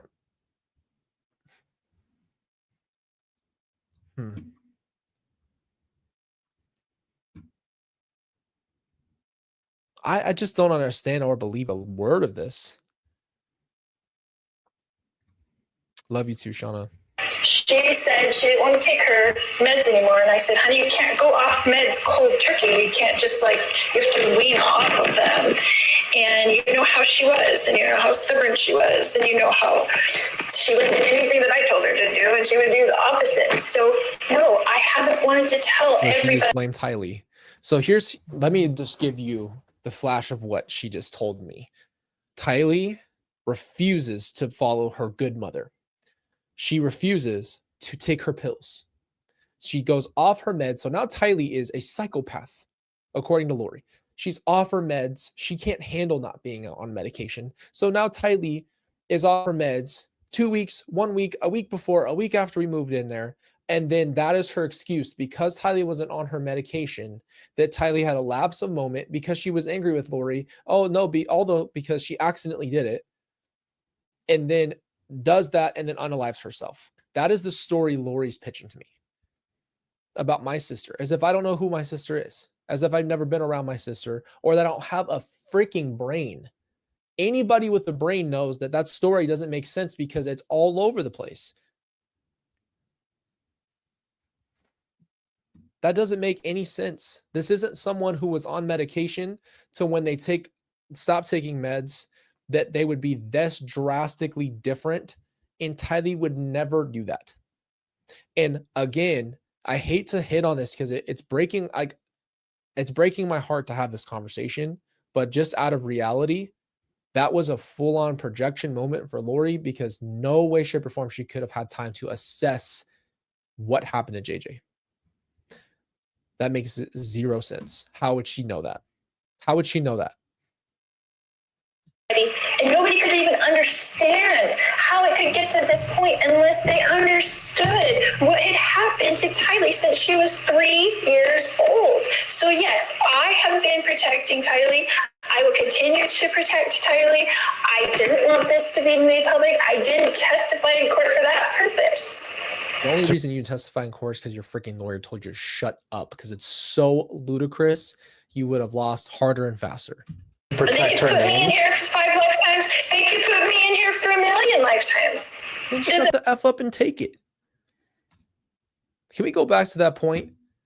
If you really think about this, if you were going to take the rap for someone as you promised you would, if Tylee would have just came to me and told me she made a mistake, I would have gone to jail. Then shut the F up and take it. Shut up, shut your damn mouth, and be quiet, because anybody knows if you are willing to do that, you wouldn't be telling her story. That makes no sense. You wouldn't be doing it. You wouldn't be talking about it. You wouldn't be bringing up all this stuff. So shut up. Why are you complaining about being in jail? It matters to me. So I just want to understand, because this is what I asked you before. You're telling me that all of this is to protect my sister's name because of what she did. Is that what you're telling me? In my mind, yes. Boom. Right there. In my mind. Yes. What do you think that means, guys? What do you think in my mind means? Very clear. Okay. I think it's hard because I've come to know the prosecutors myself. I've looked at a lot of the evidence. There was nothing left of my sister to even really look at because somebody was so brutal with her. Somebody was so sick with her after she was taken. I can't hear you, Colby. It's cutting out. I said that every time I get real with her about the state of the kids, she can't hear me. To be fair, you guys can now hear a little bit of what it was like in the interview, screaming people in the background. Did you hear anything you're saying? I said that it was, I've talked to the prosecutors. I've looked at a lot of what they've shown me. And Kylie was so brutally mistreated after her death that it wasn't even human. It wasn't even humans. Well, I'll tell you something about what I know about the minute. And because of my own experience of being outside of my body, right? You're so stupid. You're so stupid. I can see through you like glass. I'm not dumb. I'm not slow to pick up the ball. I can see through you. And just to constantly say these things as if I was going to believe it is ludicrous. It's crazy. And again, do you see the narcissism? Thank you, Norma. My gosh, everything does this. Boom, boom, boom. Everything circles around the world and comes back to be about her. Yeah, I've never seen it worse than this, though. I don't think I've ever seen somebody refer to themselves more in their life than this woman, ever. You could care less what happens to your body after you die. You could care less. Okay, hold on. And I know people on Earth are really worried about it. I don't want to hear it. I'm sorry. I get it. I don't want to know. I did not intend for that to be done to her. It's the most brutal thing I've ever heard in my life. It's the most brutal thing I've ever heard in my life. She talks about it like it's nothing. Maria, to answer your question, the outside of body thing is her and Chad's it's their delusion of having spiritual experiences. So to them, they have to pass away or go out of their spirit, has to leave their body to go to heaven or do some kind of spiritual thing. So when they talk about outside of my body, I think they're referring to the fact that they believe that they are,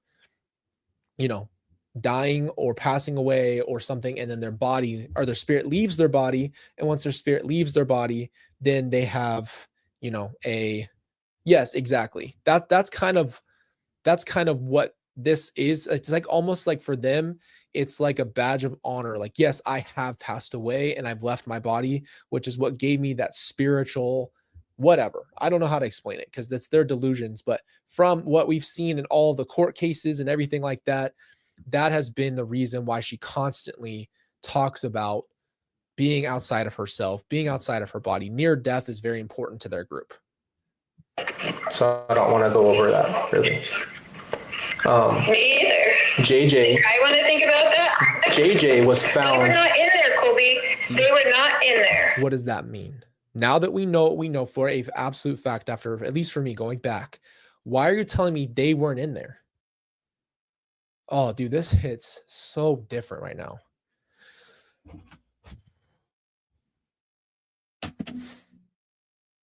That's crazy. Because why are you reiterating to me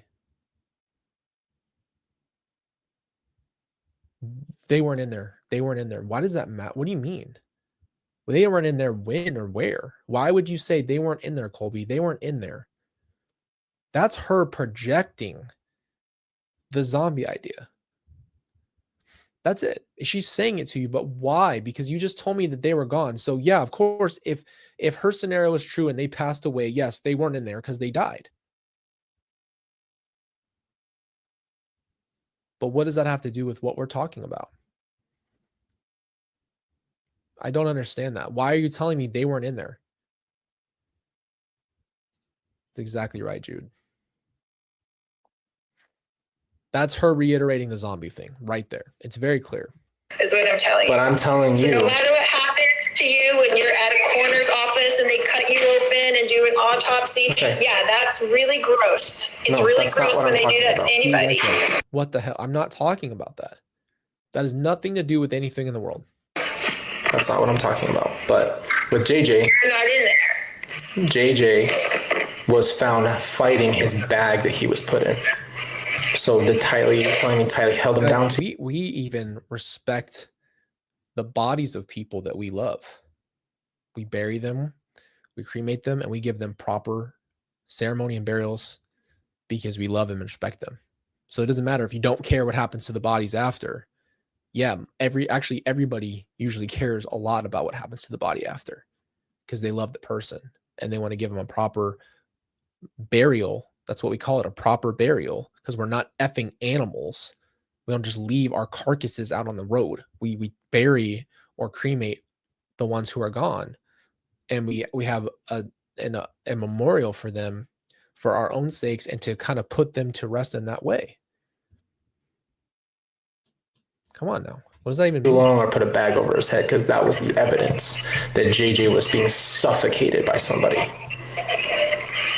That was okay, so that is not the case. So when I found my little precious babies, there was no bag, there was no tape, okay, so there's nothing of that. They were just gone. Okay. Anything that was done was after the fact, long after the fact. They were not in there. Okay. I think we all would.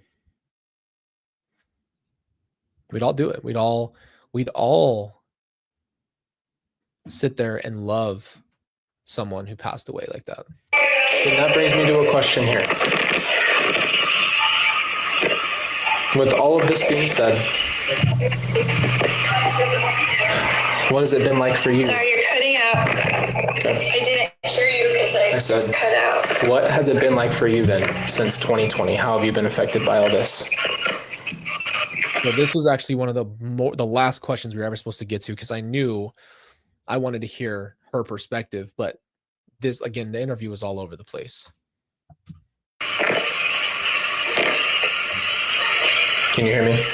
I'm sorry, I didn't hear that. I said, no, I didn't that I even gave her a platform to tell me how she felt, but it was supposed to be at the end of all things. hear that, only part of it. Since that's what you're going to say, how have you been affected since 2020? How has this affected you?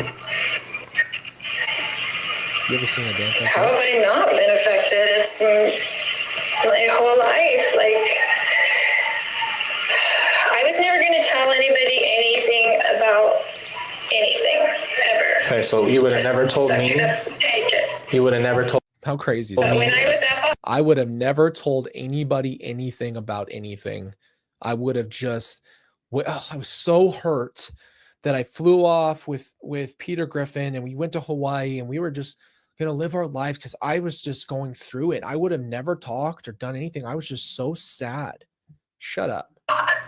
You would have never told you're me. the only person I wanted to tell you, and you're the only person I wanted to tell, and I wanted that to be privately. Okay, well, The only person I deserve to know. That can't just be something private, Mom. That's not something you can just tell me that I would just be accepting and understanding of. You have to understand that. I would never agree with you. I would never bury my siblings in some random dude's backyard and act like it never happened. I would never let that happen. I would have, even if that's what happened, which I'm going to be honest with you, I hope you can understand, because I wanted to be respectful enough to listen to what you said. Colby, why are you being so respectful? She didn't give a frick. You know what? I'm not trying to give myself any props, but I will say this. You're better off being the one that holds it together than responding in your emotions. And this whole interview taught me a lot more than one thing, but it proved to me that if I can stay calm with Lori, I can learn to be calm with anybody in the world. I'll tell you that. I've really tried to listen and study what you said, and based off of everything that I've been shown, that they were both murdered, and that's what you said didn't happen. So I think that we're not going to get anywhere there. I think that's just, I wanted to hear what you had to say, because you said you were there, and you said that those were your children and those were my siblings. But I can't sit here and say that I agree with you at all. I don't think that's what happened. No, it's just not what I think happened based off of evidence. When we all get to heaven, you'll know. Okay. That's all I can tell you. I can't tell you Hard day for you, brother. I don't know why you're confident. anything different. Right, No. no. And I can't tell anybody different, and I don't care what anybody thinks. Yeah. Really, like, they weren't there, they don't know. So Okay. Well, that's what you meant then on that phone call. it is what it is. Yeah. It is what it is. You told me on that phone call that I would know, and you said I don't know, and I definitely listened to that phone call again, because I was so hurt, because it sounded like you were just giving me a middle finger, and you said F you. I wasn't, honey. I wanted to tell you. The church You laughed at me when I called you blasphemous. You told me that I wasn't there for the kids. I should have stopped the whole interview and said, okay, here's what I'm going to do. I'm going to turn on the phone call again for you and make you listen to it so you understand where I'm coming from. He's told me don't say anything on a jail call. Nothing. Don't ever say anything. They pound that into you, from Right. day one. Like, so you're asking me, and I'm like, I can't tell you on this phone call, but I want to tell you. You're the only person I wanted to tell, because I wanted you to be able to grieve, and I wanted you to be able to mourn, and I wanted you to be able to tell the difference between what they're saying actually happened and that you would know privately what really happened. Let them say whatever they want. Who cares? It's gone way out of proportion. But I wanted you to have that for your own peace. That's it. For your It's own not peace of out mind. of proportion. It's evidence. What is that whole? I'll never understand that whole narcissistic thing about, oh well, they've blown this up. This is not what happened. They got evidence from texts and locations. I mean, it's just so crazy to think that somebody could just be like, well, that didn't happen. You know Tyler better than anybody on earth except for me. You did. You lived it with me. So can I ask you another question then? Obviously, I have a million. I'm trying to keep this very, really to the point of the things. It was so rambled that made no sense. I'm really trying to keep it to the point of the things. I think that I've noticed you say you have a lot of these enemies, and that you have believed to be a very big usher into the second coming and Jesus and all these things. So I'm wondering, do you feel that you are this person who's lived multiple lives and is here to do this thing to usher in Jesus's coming? Is that what all of this hardship on your part is? Is that why? I shouldn't have played into that. Denise said, Colby, has she given you any peace of mind yet a year later and still have no peace on what she did? No. What gave me peace of mind is after I had this conversation, I let her go. I let it go. Like, as far as like believing that she's a good person and all the things that I thought that might happen, you just kind of let it go. You accept it. And it was a way to be done with it forever. You think you're going through so much hardship is that you are that person.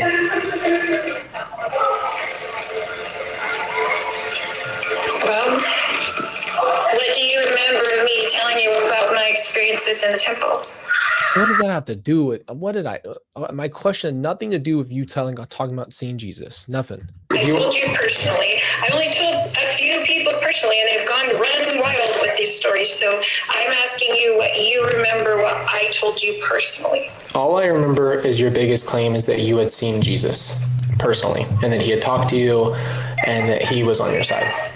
That was it. That's what I really remember. I mean, you did tell me about the whole multiple lives thing, but that's about the basis of what I remember you telling me. Right. Probably not too much. I mean, my testimony was just factual on question. Would I have been maybe a little more snappy? Maybe. I tried to always, in these scenarios, and every time I went, I try not to get so personally involved to like where I lose it and I like cause an issue for the justice system, especially when it comes to my siblings getting justice. I didn't want to be in there and make it about my personal feelings if I was getting pissed off at the lawyers, which they obviously ask you stupid questions. And I think maybe possibly I could have written some of my impact statements a little different, but I am not someone who really looks back and regrets things like that. It's just I do it where my heart is in the moment. But I don't know if testimony would have changed much. I might have been more aggressive, possibly. And where did I tell you where that experience happened? Yeah, you said you're in the temple. That's what Okay. So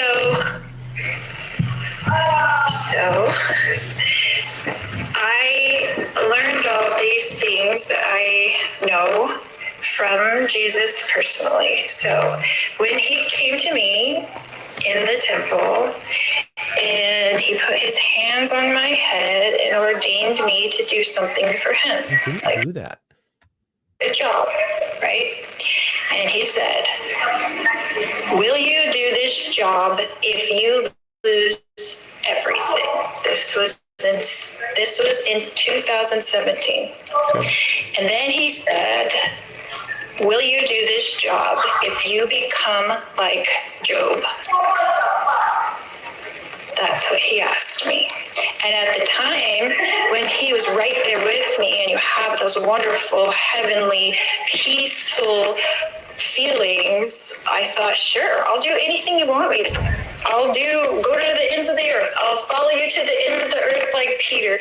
And then you walk into that scene and you're on the ground like Peter. Like, what is this about? What do you mean lose everything? I lost everyone, and including you, which was really the hardest loss of all to me.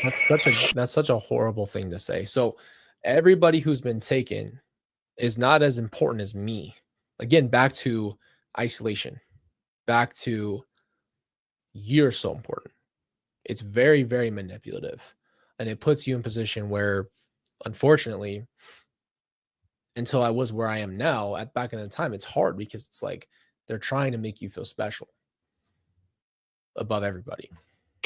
Because you were my best friend for 24 years. And losing you over the past 4 years was harder on me than even losing the kids. F you, bro. Like, you can't even compare us not talking and me not having a relationship with you to you losing Tylee JJ. That's not even in the same realm. But that's what she told me. You guys hear it right here. But he asked me to do a job for him. Mm-hmm. And I said that I could. And he said it was going to be terrible. Now I'll tell you this. Okay.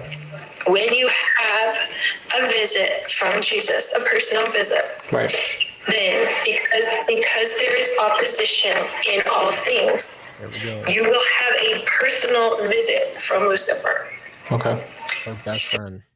So weeks after I had this visit with Jesus in the temple, I was in JJ's room at the big house where you got married. Okay. And Lucifer was standing right in front of me. Okay. And you're on my team, and here's your jersey, and go forth, my child. He said to me, I know who you are. I know exactly who you are, and I will stop you. No, he did not say that to you. 100%. She's on his team.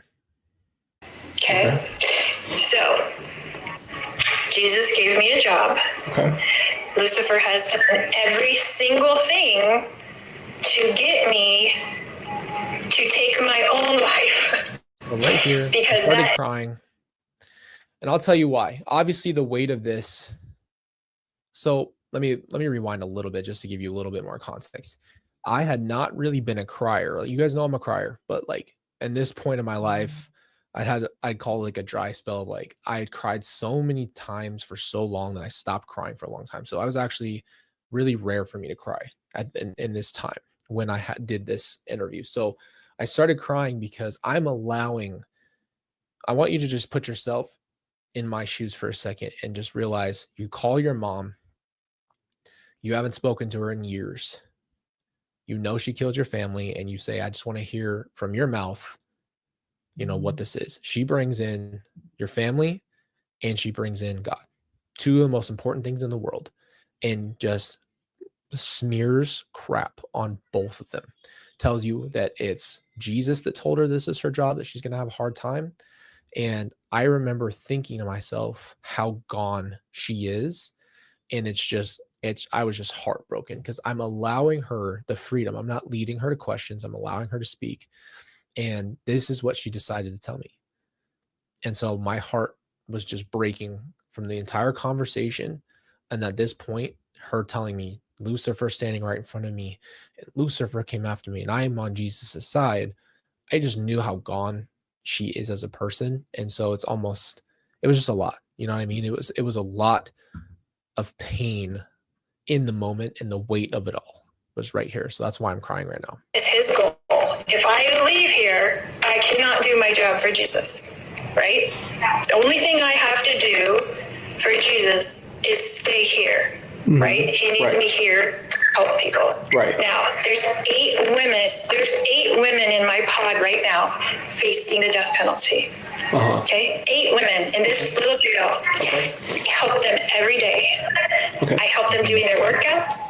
I help them doing all these things. I help them with their cases. Whether Jesus needs me to help him and serve him in primary or in prison, he asked me to do this for him. Now, the media flood that has come against me, right? The media flood that has come against me is from Lucifer, right? Gosh. That's not true at all. Here's the thing I don't like. And this is just obviously in her case, she's nuts. But the whole idea that everything is Satan, everything bad is Satan is not actually true. It can be self-inflicted. And yes, Satan does do things, but again, this is all self-inflicted. This has nothing to do with God and nothing to do with Satan. This has to do with Lori and her choices. And this is what she chose to do. And she's mad that she has to face consequences. So she made up a bunch of baloney, to put it mildly, about her spiritual importance in life. I don't know. He does not want this job done. He does not want me to help these women. He does not want me to uplift them and strengthen them and help. All 8 of those women need to get the frick out of there. Them hold on until he comes again to rescue us all. Right. He doesn't want that. Okay. So he wants me here. Okay. And he's taken everything away from me like he took away from Job. The only thing wasn't allowed to do to Job is what? Kill him. He wasn't allowed to kill Job himself, right? Yep. But he was allowed to do everything to make Job want to kill himself, right? Everything. Right.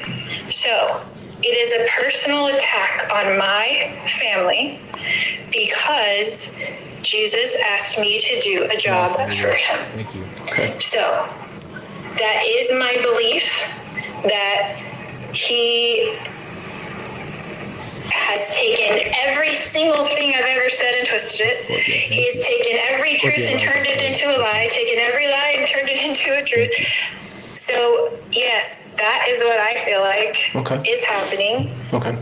I will continue to do my job, whether I have your support. Well, okay, so here we go. And hold on, let her finish that. Although she said, I'll do my job no matter what. I was put here. But earlier you just said that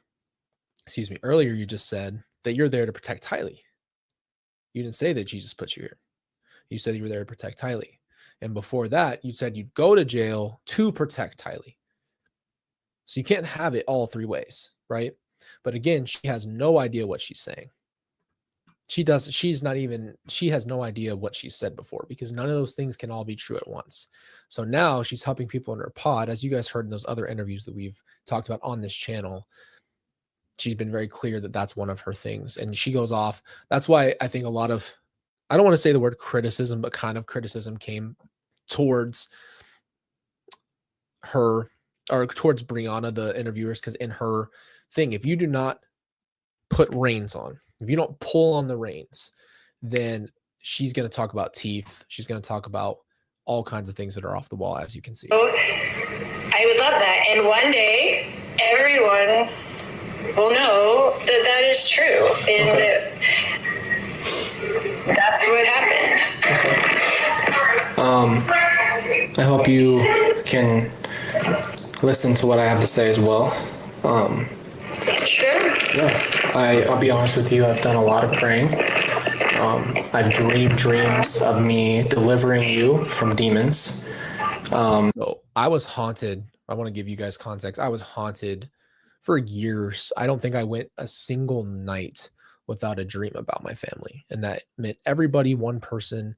In a lot of my dreams, I would scream at Lori at the top of my lungs, cussing her out sometimes. Sometimes we'd be going back and forth. Sometimes she was telling me what she was going to do. Obviously, this was after, but I was having those nightmares, or I was casting demons out of her.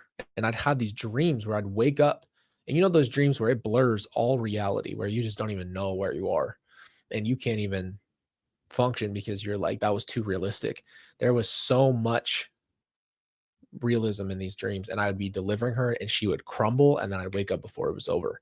And there was just dreams over and over and over where I would deliver her from all these demons, because she'd be doing the same thing. She'd be mocking me, laughing at me, laughing about what she's done, and I would just like go full authoritative, just in the name of Jesus Christ. Like I would just deliver her. And in my dreams, it was very realistic. So, but I was tortured for years. And I don't mean like, you know, every once in a while. I mean literally years, every single night, waking up having a dream about them. So it's been a process.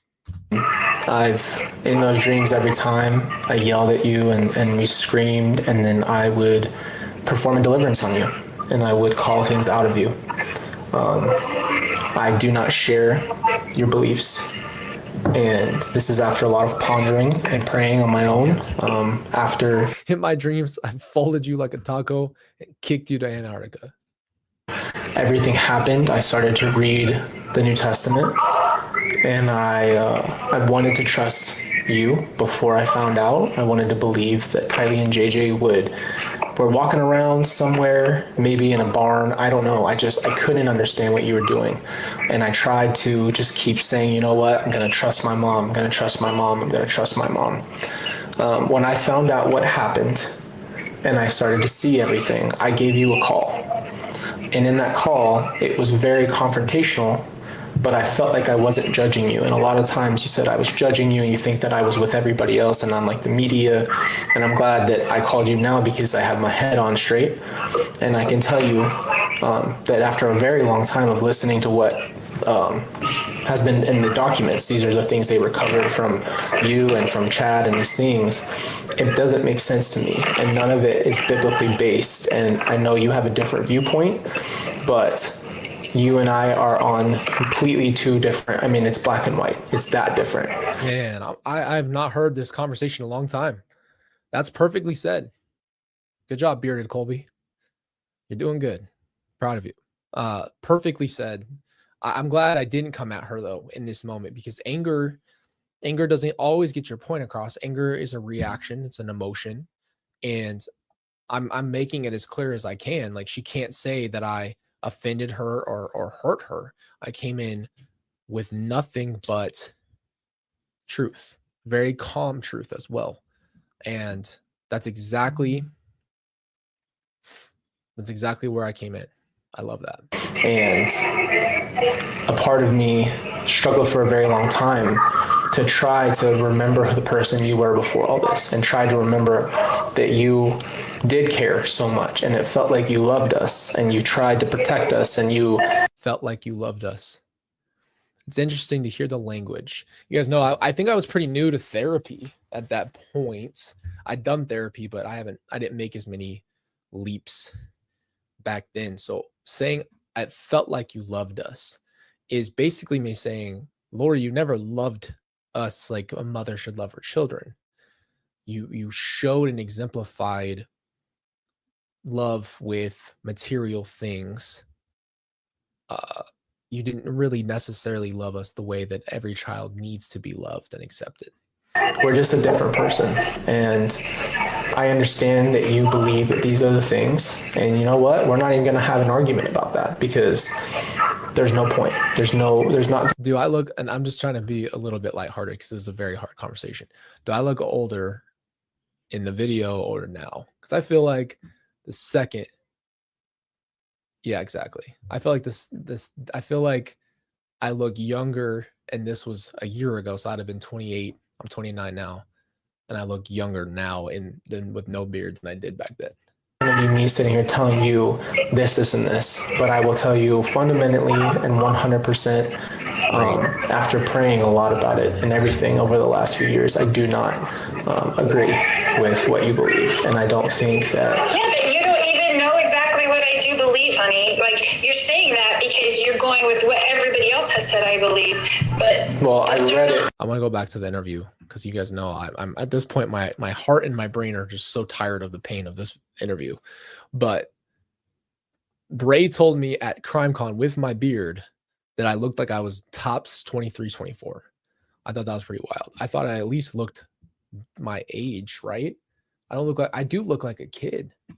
Anyway, let's not make this about me. I don't want to be like Lori.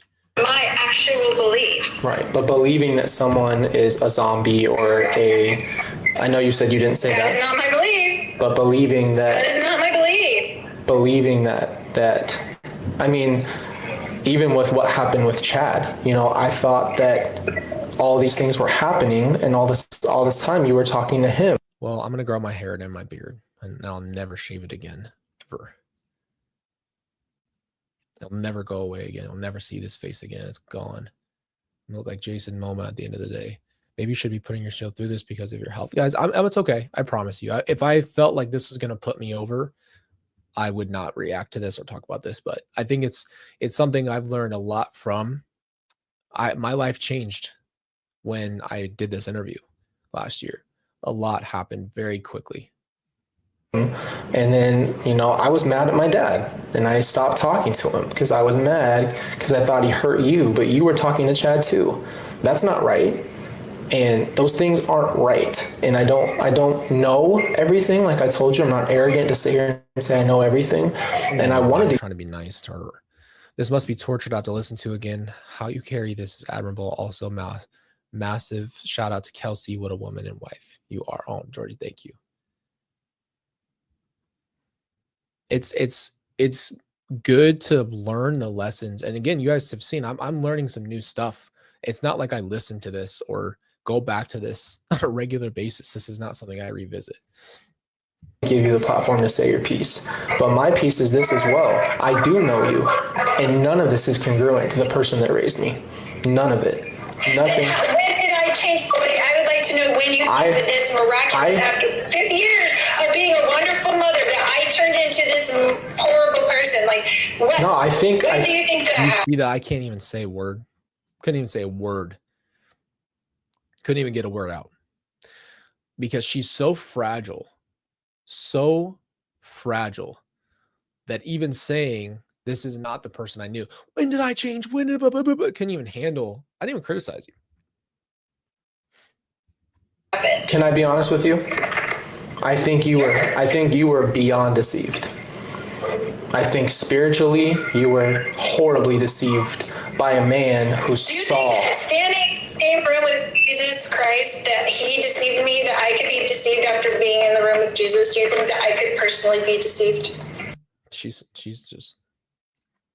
I don't think that this is a commission of Christ, and I'm sorry to tell you that, but I want you to know that because I want this to be. It's a commission of Lucifer trying to make my life miserable. That's what it is. Okay. Yeah, she's loud now, and it's about her. When she's offended. It's not from Christ. Christ lets things happen and strengthens you through it when he attacks you. Okay. This is not who attacks you. Done from Jesus. This is Lucifer attacking our lives my life and including your life because you are my child. So you have also been attacked, and I am very sorry for that. Oh no. So I am my struggles in life are because I'm Lori's son, and because I'm Lori's son, I am unfortunately I'm just pushed into the life of hardship because my mother is a saint. So unfortunately, I suffer the consequences because she's so special. So instead of taking any responsibility that all of this, what has happened with our family, is your fault, now it is a bigger spiritual thing. And my suffering is because unfortunately she said yes to Jesus. There's nothing I can do. I leave it in Jesus' hands to handle it because he is strengthening us through this attack. It's just like he let it all happen to Job. Why did he let Job get to that point and suffer so much? Why did he have every single thing taken away from him? Why? Why did he let all those things happen? He has a purpose. And he told me, this is what Jesus told me 20 days before I was arrested in Hawaii. Jesus came to me, and he has several times since I've been in jail, but he came to me 20 days before I was arrested, and he said this, Lori, there is a purpose for your whole life. It is my purpose, so trust it. I'd really wonder what she is dealing with. Like who is she seeing? What is she talking to? Yeah, 100%, guys. Comparing yourself to Job is a whole nother level of crazy. What do you think I thought at that time? They were talking about arresting me, and I knew I hadn't hurt anybody. I knew I never would hurt anybody. But so I didn't think I was going to get this. And he's going to make it known to the world what his purpose is in his due time. Whenever he feels like doing. The camera was burning out at that point. I don't remember what happened there, to be honest with you. That you will know, and I want you to know right now that nothing is more important to me than you. I love you. I've always loved you and cherish our relationship as. So let's slow down right here. The way that someone like this, who's very narcissistic, gets you to stay in their grasp is to tell you how important you are and how much you mean to them and how they can't live without you and you're their purpose and you're this. And she told me in this conversation, I'm the reason she's alive, which is not true. Excuse me. So this is how a narcissist kind of goes about this is making you feel so special. Like you're the only one. She did it the whole conversation. You guys can see the entire time. She is a fishing hook out there hoping to pull me in. And even back then, no, my heart was broken. I wasn't biting. Eternal. I understand you being upset with me. I get it 100%. I don't blame you. Why would you even understand that I'm mad at you if you did nothing wrong? You'd say, I don't know why you're mad at me because I didn't do anything wrong and I can prove it to you. And I just wish you would listen to me because I did nothing wrong. Why would you understand it? I want you to know that no matter what you've ever said about me or done or said on the video or anything negative, I forgive you. I don't hold it against you. I love you. I understand completely. And you will know one day, Colby. That's so sick. You guys think I should go ask her for forgiveness for pointing out the truth about her? And you know, and that's all I can tell you. I love you more than anything. I miss being a part of your life and my grandchildren's life. I know why you're probably doing that, but we have an eternal relationship, you know. Ava came to me the night before she was born. I didn't even know that Chelsea was due with the baby, and she came to me the night. This was a whole nother level of anger. My youngest daughter, yeah, here we go. My youngest daughter, who's our middle baby, she hadn't been born yet. And she's telling me right now that my daughter, Ava, which again, no contact, mind you. Everyone always wondered, were you talking to your mom? No, it was 2020, that conversation, and nothing till this interview and nothing since, right? There has been, I don't know how many times she's tried to say weird stuff about my kids. She said a lot of things. She said that JJ was going to come back as my son, and this was years ago. And then in this context, she's telling me that my daughter Ava came to her, who was already about to be born. So let's just use some logic here. Ava leaves her baby fetus days before her birth to go visit Lori. Can you imagine like the logic there? She leaves her body that she's about to be born, right? Goes out of it and goes to see Lori. And let's see what Lori says that Ava says. Before she was born. And okay, so the night before. Held her as a baby in the spirit world, and she told me that we had loved each other for eons of time, and that she loved me so much, and the joy that filled me when I held that little baby filled me. It makes no sense, because guess what? I'm almost 95% positive that the LDS church, most of the people believe that you are an adult spirit if you're in the spirit realm. So that doesn't even make any sense. Number one, just based off of her own logic. Colby, she came to me because she knew that you wouldn't let me see her and you wouldn't let me talk to her. But she said, why she threw that in there as if, oh, well, she knew that I'd never get to see her. So Ava, my daughter Ava, had to go out of her body to go have a visit with her psycho grandma in the spirit realm to hug her and say, I'm so sorry, my daddy won't let me see you because he's mad at you. So she throws in a jab. Do you see it? It's seamless though. You need to understand how I've learned how this is a great example for anybody who's being manipulated. This is a seamless manipulation. It's said so fluently that you wouldn't even realize, but you're telling me that, just throw that in there. Colby won't, he won't let me see you. So I had to leave my body. Yeah, she's masterful because it's seamless. That's why. Relationship is eternal, and she loved me, and I'm her grandma whether you like it or not. She said, I'm your grandma whether my parents like it or not. I'm your, so Ava told you, I'm your grandma. Ava said, I'm your grandma whether you like it or not. Ava's not the grandma, you are. And so there is a purpose in all this, and I'm sorry it's been hard on you, honey. I love you so much, and I'm sorry this has been awful. I pray for you every minute. I was crying in church one day, and I was sitting there crying about you, and I was worried about. Do you see it? Do you see it? It is unreal. Everything is about her. Wow, that was same Jinx over here. About you. And Jesus came next to me and he said, why weepest thou? And I said, you know why I'm worried? Why weepest thou? There it is, Kel. Why weepest thou? I pray for you every minute. I was crying in church one day, and I was sitting there crying about you, and I was worried about you. And Jesus came next to me and he said, why weepest thou? And I said, you know why I'm worried about Colby. I love Colby so much. And he said, Colby, not Kobe.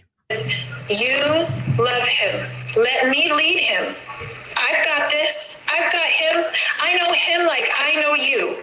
No, that's not what Jesus said to you.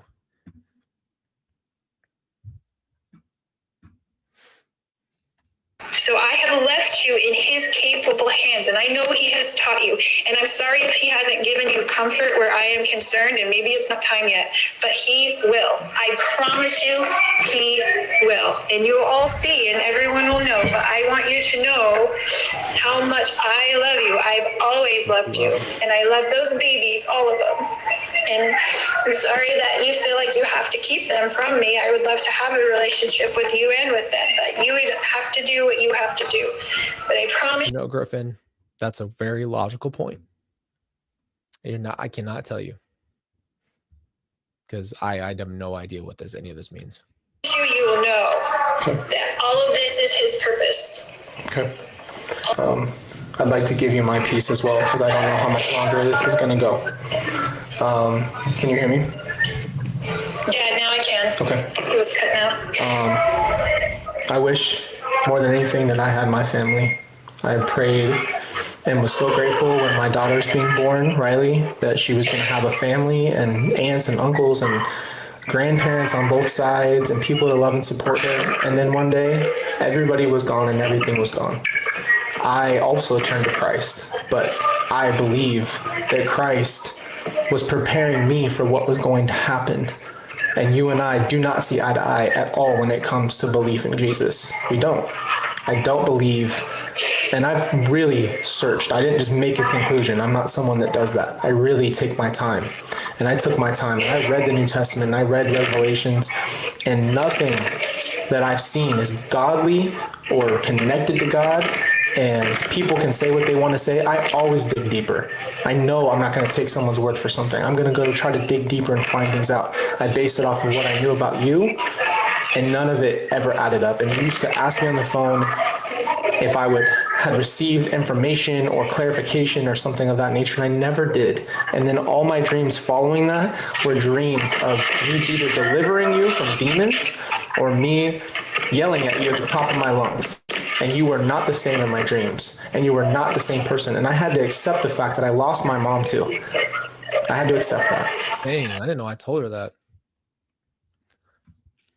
Just crazy. I didn't even know I told her that straight to her face. But with that being said, with you being there, I need to tell you this.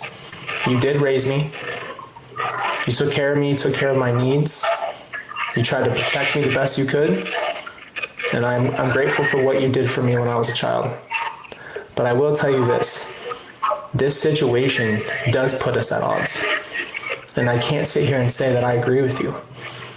I can't even really understand where this side's coming from. I don't wish pain or anything on you. I have no malice towards you. Zero. But I do want you to find comfort. You don't have malice towards anyone. No, and I won't. And I do 100% forgive you. I forgive you. And I'm not going to hold you in a jail cell of my heart, but you cannot be a part of my children's lives. And I think you need to understand why. Because you and I can't even be a part of each other's lives. Because I don't feel like I know you anymore. And I don't want to hurt you by telling you that, but I don't want to lead you on. Well, how is that forgiveness? How is that Forgiveness is a choice of forgiving. It doesn't mean you keep going. It doesn't mean that. And if you and I are this different on our beliefs of what happened to my family, then how could we ever even conversate? I can't sit here and pretend like this isn't what it is. And I hate all of it. And I hate that you are still suffering in some way. But at the same time, I understand it. You and I do not agree. And I can't say, even listening to you, I don't feel that conviction in my heart that that's what happened. But that's what you think happens. That's what you say happens. And you know what? I wasn't there. But I know what I feel. And I have my own spiritual intelligence. And I have my own ability to search and ponder. And I guess this leaves us to a place where all I can ever know is that I will find out one day in heaven. And that's all I could ever say about it. Because you and I cannot agree on these things. I do not wish harm on you. I saw you in that courtroom and I wish I could have talked to my mom. I wish I had my mom there. I wish I had my brother and my sister to look at all my kids. Me too. I wish my dad was here and being a part of it.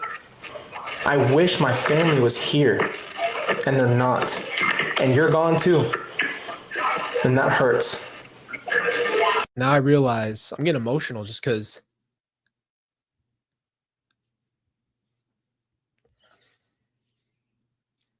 this was just a big breaking point that I needed. I needed that. I'd held on for so long, like hope. And I told her to her face that she's gone too, to me. I said it. I said everything I needed to say. It all came out. And I said it. I didn't even know I said all this. It hurts. But I want you to know I don't have a harmful bone in my body towards you. I am mad and I'm upset. But this is something you and I cannot agree on. And I need to set that base now. We do not agree on that. to make sure that somehow, some way, you're not stuck in this place forever. Because I don't know what you think. People have said that you have a delusional disorder of hyper-religiosity. And you know what? Because if you tell anybody you've had a visit from Jesus, that's what they say. That's what psychological world says. But well, at this point, the part of me that was saying that was trying to talk about the damages of hell. And that was where my mind was, is if she goes down this path, she's going to go to hell. Honest to God.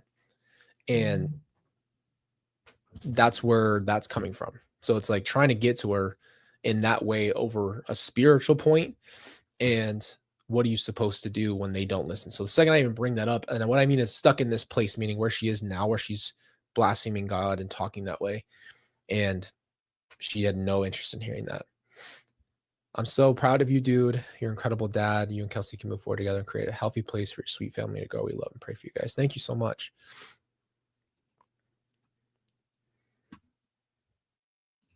Not crazy. I never was. When I was at the hospital, I met lots of people who were, and I wouldn't call them crazy, but that have mental disorders, and I do not. Okay. I'm thinking about all the prophets who said they saw Jesus. They said, well, and they're mad. Like, well, if he came to you, why doesn't he come to me? Why doesn't he come and tell me this stuff, right? It's the Sadducees and the Pharisees. It's all of that. So what I'm upset about hearing your statement is that it's the first time I realized, and I'm sorry for you, honey, because I love you so much. But do you understand that I just said everything I needed to say? And the first thing she tells me is, I just realized something about you. And you ready for what she says?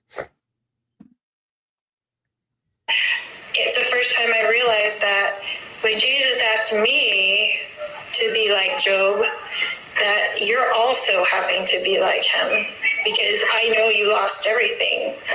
And that doesn't even make any sense, because Job's kids were not asked to be like Job. Job was asked to be like Job. All at once. Go read it. But you have your wife, you have your beautiful children, you have your life still. And I'm grateful for that. I'm grateful that you have a support system with Kelsey and her family. I'm grateful that you have that. I'm grateful that the kids have that. You took my family. So why are you grateful for that? And this is my mission, and my mission will be revealed to everybody at some point, and including you. And at that time, I just want you to know, I'm not going to say I told you so. I'm just going to say I love you. Remember when I said I had no harmful bone in my body? Yeah, I've been working on that. Been working on that one. You really like that? You've no idea how high I can fly. How about that? You're an idiot. You're going to tell me you told me so when you're floating up in the air with Jesus at the end of all things? No, the frick you won't. You're not going to prove a dang thing wrong. So stupid. What did she think was going to happen? I want you to know that I did conduct this, obviously, like an interview, and I want you to know that I don't know exactly what I'm going to do with this, but this was another reiteration, by the way. I want you to know that my plan was to have this conversation and give you this piece for the public at some point, and that's what I want you to know. But that is the plan, for you to have said what you never got to say publicly. I wanted you to know how much I love you, and whether you reciprocate that or not. I mean, I know you love me, but whether you want to have a relationship with me or not, you know, that's up to you. That's 100% you. So I respect all of your wishes. I know you're a grown man now and you can make your own decisions, but I would ask you to pray about it. I would ask you to help. So this was really hard for me, to be honest with you. This is where it felt like it was my fault. Again, somehow her crying about me praying about, is it the right thing to bring my family to her? But it broke me in that moment because I didn't see it for what it was. So the manipulation really got to me. I was broken. It broke me to hear her crying like that. Jesus, tell you the suffering that has been for me in the past 5 years so that you'll know that there's nothing that I could have done I started crying right there. different that would have had a different result for you to lose everyone. There's nothing I could have done. I want to complete my mission, and there's a totally different attitude in heaven than there is here because they realize this is just a short time and it's temporary. The things that we do there are eternal and have eternal importance, but your relationship with me is eternal. So that's the only reason I would ask you to even pray about that, Colby. All I ever wanted for you is to have peace about it. I know you lost everybody. I'm sorry that you did. It was not my choice, and it was not what I wanted for you at all. I wanted the same thing for the kids. I wanted everybody to be happy, but that's not what this life is about, apparently. Oh my gosh, man. It's just hard to see. I can see myself just everything in me from right here, like, you know, that feeling of sinking. Everything in me just sunk, just broken, just a wave of shatter, you know? It's certainly not what Job's life was about. But in the end, You Job out of it, poor guy. He doesn't even go to the what did they give Job? They give him everything back and more. So we'll see how Jesus wants to handle that. He hasn't told me when that is going to be, but he did come to me on February 2nd in this jail this year, and he said many things to me, and he told me to write them down. And when I wrote them down, he said, one of the things he told me. I think the phone calls were spotty.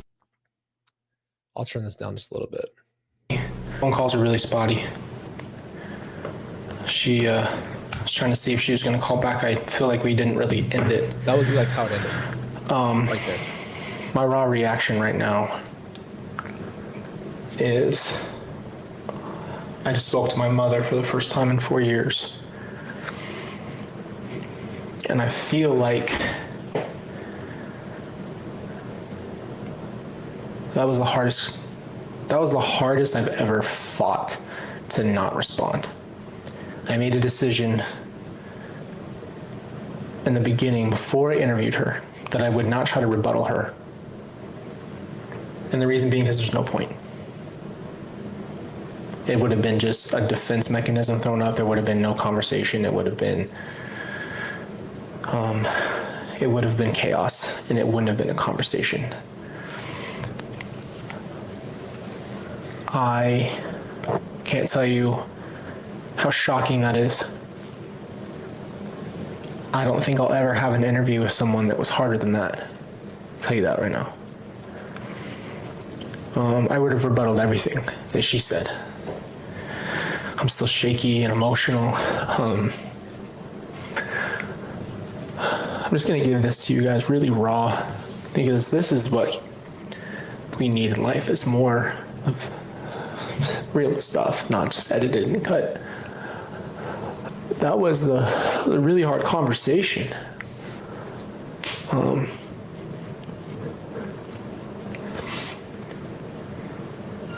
She's so convicted of her truth and her reality.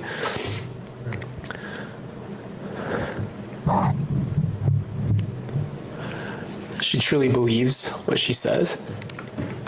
I thought she believed. I think I wanted to believe that she believes, because that's a little bit easier if you think she really is delusional, but she doesn't believe it because you could tell she didn't even have her story straight.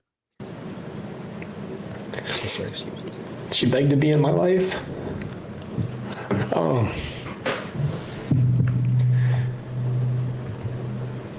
It's so hard, bro, because she's, that's your mom. You just want to trust someone. You want to love them. You can't do it. I can't explain it to her the way I wish I could.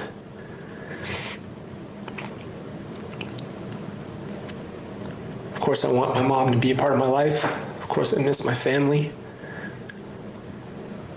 But, that can't happen. That can't happen, man. Her belief is so far off. I didn't even get to really ask the questions I had for her. It just turned into a conversation. I was very organized before, tried to keep it very clear, and it just didn't work out that way. No, that was mostly the conversation with her didn't go anywhere. It wasn't going to go anywhere with her. She didn't allow that.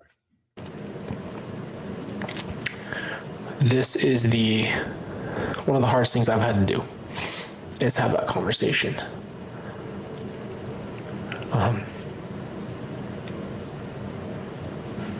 My sister did not kill my brother. She didn't. Put it on her. It's so unfair.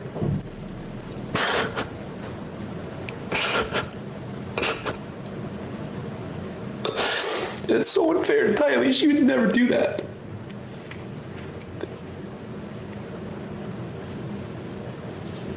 I don't care how mad she was, how upset she was, how hurt she was, and she was being put through hell, being moved around, and after everything that happened with my dad, she didn't even have a chance to breathe.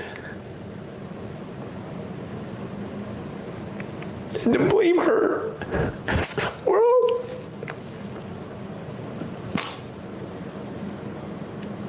This isn't Tyler's fault. Damn, dude. All right, let me pull myself together here. Oh, this isn't Tyler's fault. She didn't do that. She didn't hurt JJ.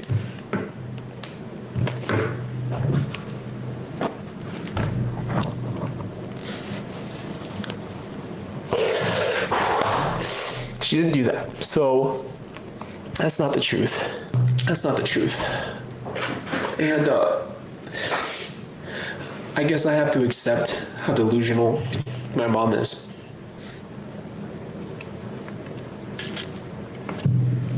This is not real. There's no even slight evidence that Tylee did that. And it just hurts to blame her after she was brutally taken. Who knows exactly how. JJ was taken, Tammy was taken, Charles was taken. They were taken, it wasn't an accident. I'm gonna have to process this, obviously. Process this? Yeah, I didn't get to say goodbye to her. I feel like I said my piece. You heard what she had to say, so that's about it. I'm a mess right now. But I'm not gonna let that be the narrative. Tylee didn't do that. But I didn't rebuttal her because I knew it wouldn't go anywhere. I tried that. I was very confrontational with her and I just got doors in my face. I knew I had to come in and just ask questions. Not come in with an angle. Not just say my piece, to send my piece at the end. I feel like she heard what I had to say. So this was the heaviest thing I've ever done. Thank you guys for watching this. This is not easy to share. But I say that right now because I'm feeling the gravity of this.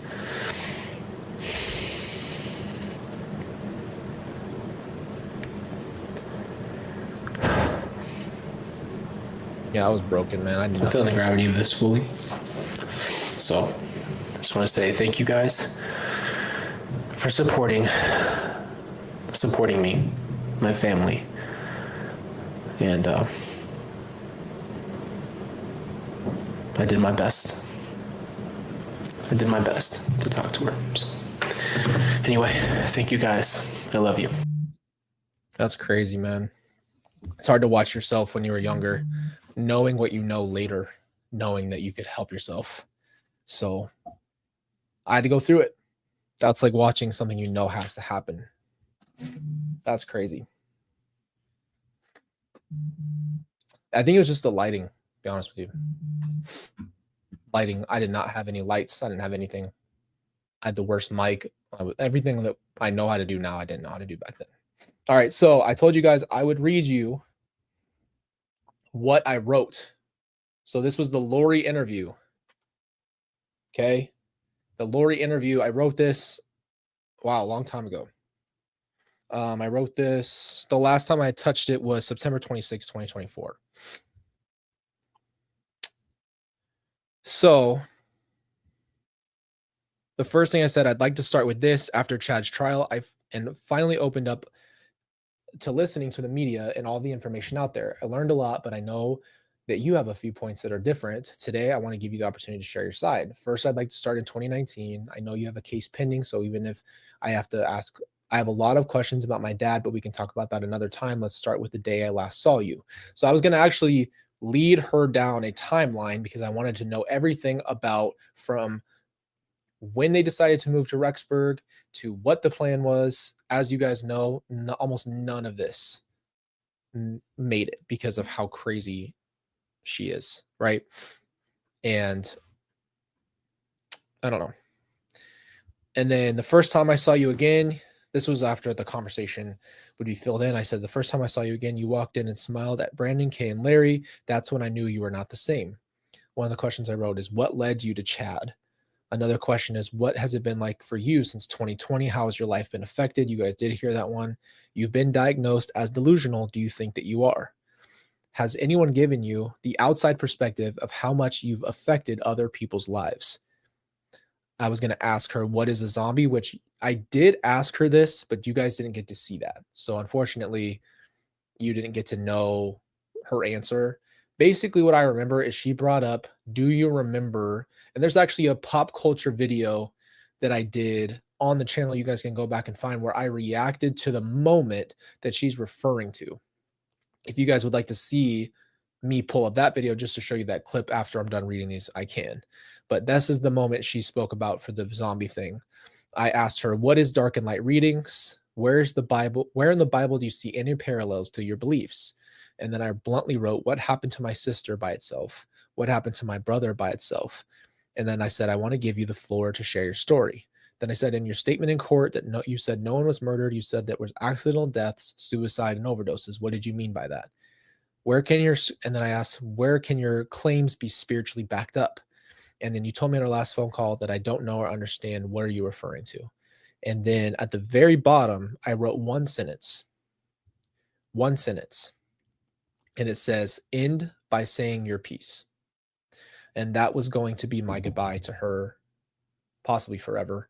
I never knew if I talked to her again. I wasn't planning on it. And then on top of that, not just planning on not talking to her, but I felt really at that time, what if I never honored her as a parent? Because biblically, we're supposed to honor our parents. I was really struggling to understand that. So I really was scared that I wasn't going to do the right thing by never giving her any praise for anything she did right. And so I had a really torturous thing. I think that was a little bit more religious, and I learned from that. But in that time, I was kind of like, what if I don't do what I'm supposed to do? What if I don't honor her or tell her thank you for the things she did right or whatever? So that's a whole nother conversation about, being spiritual versus, understanding for different circumstances. But yeah, so that was going to be the interview. It was supposed to be question and answer as any interview goes. And as you know, that will never happen with Lori. So what I'll say a year later, my new perspective now is simply this. I think that was a first step into where I am now. And I think that if I had not had that, everything would have been even harder, because I would have still been wishing that I had my mom.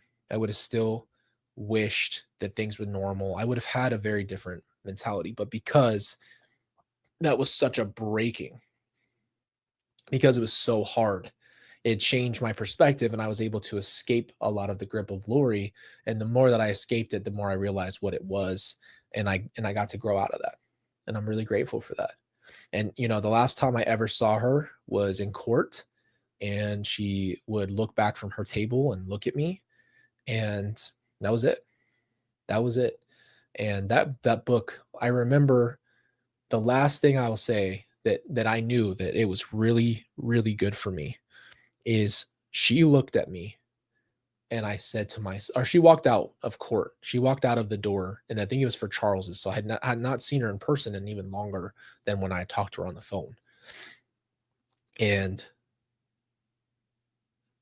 she walked out, and I said, that's not my mom. And that was it. So I let it go. And that was a good thing for me. That's a good breaking, but breaking doesn't feel good, does it? So that's where we're at. Thank you guys so much for being here. We went on for 2 hours and 30 minutes. I thought when we were at 18 minutes, I thought we had an hour in, but I'm really glad to share what I've learned and how I've grown in that. If you guys want, you can go check out that video. It's called How Pop Culture Has Affected This Case. That has the clip in there that Lori's referring to about the Chosen. So you can go find that on the channel. I really love you guys and appreciate you. It's so good to see you.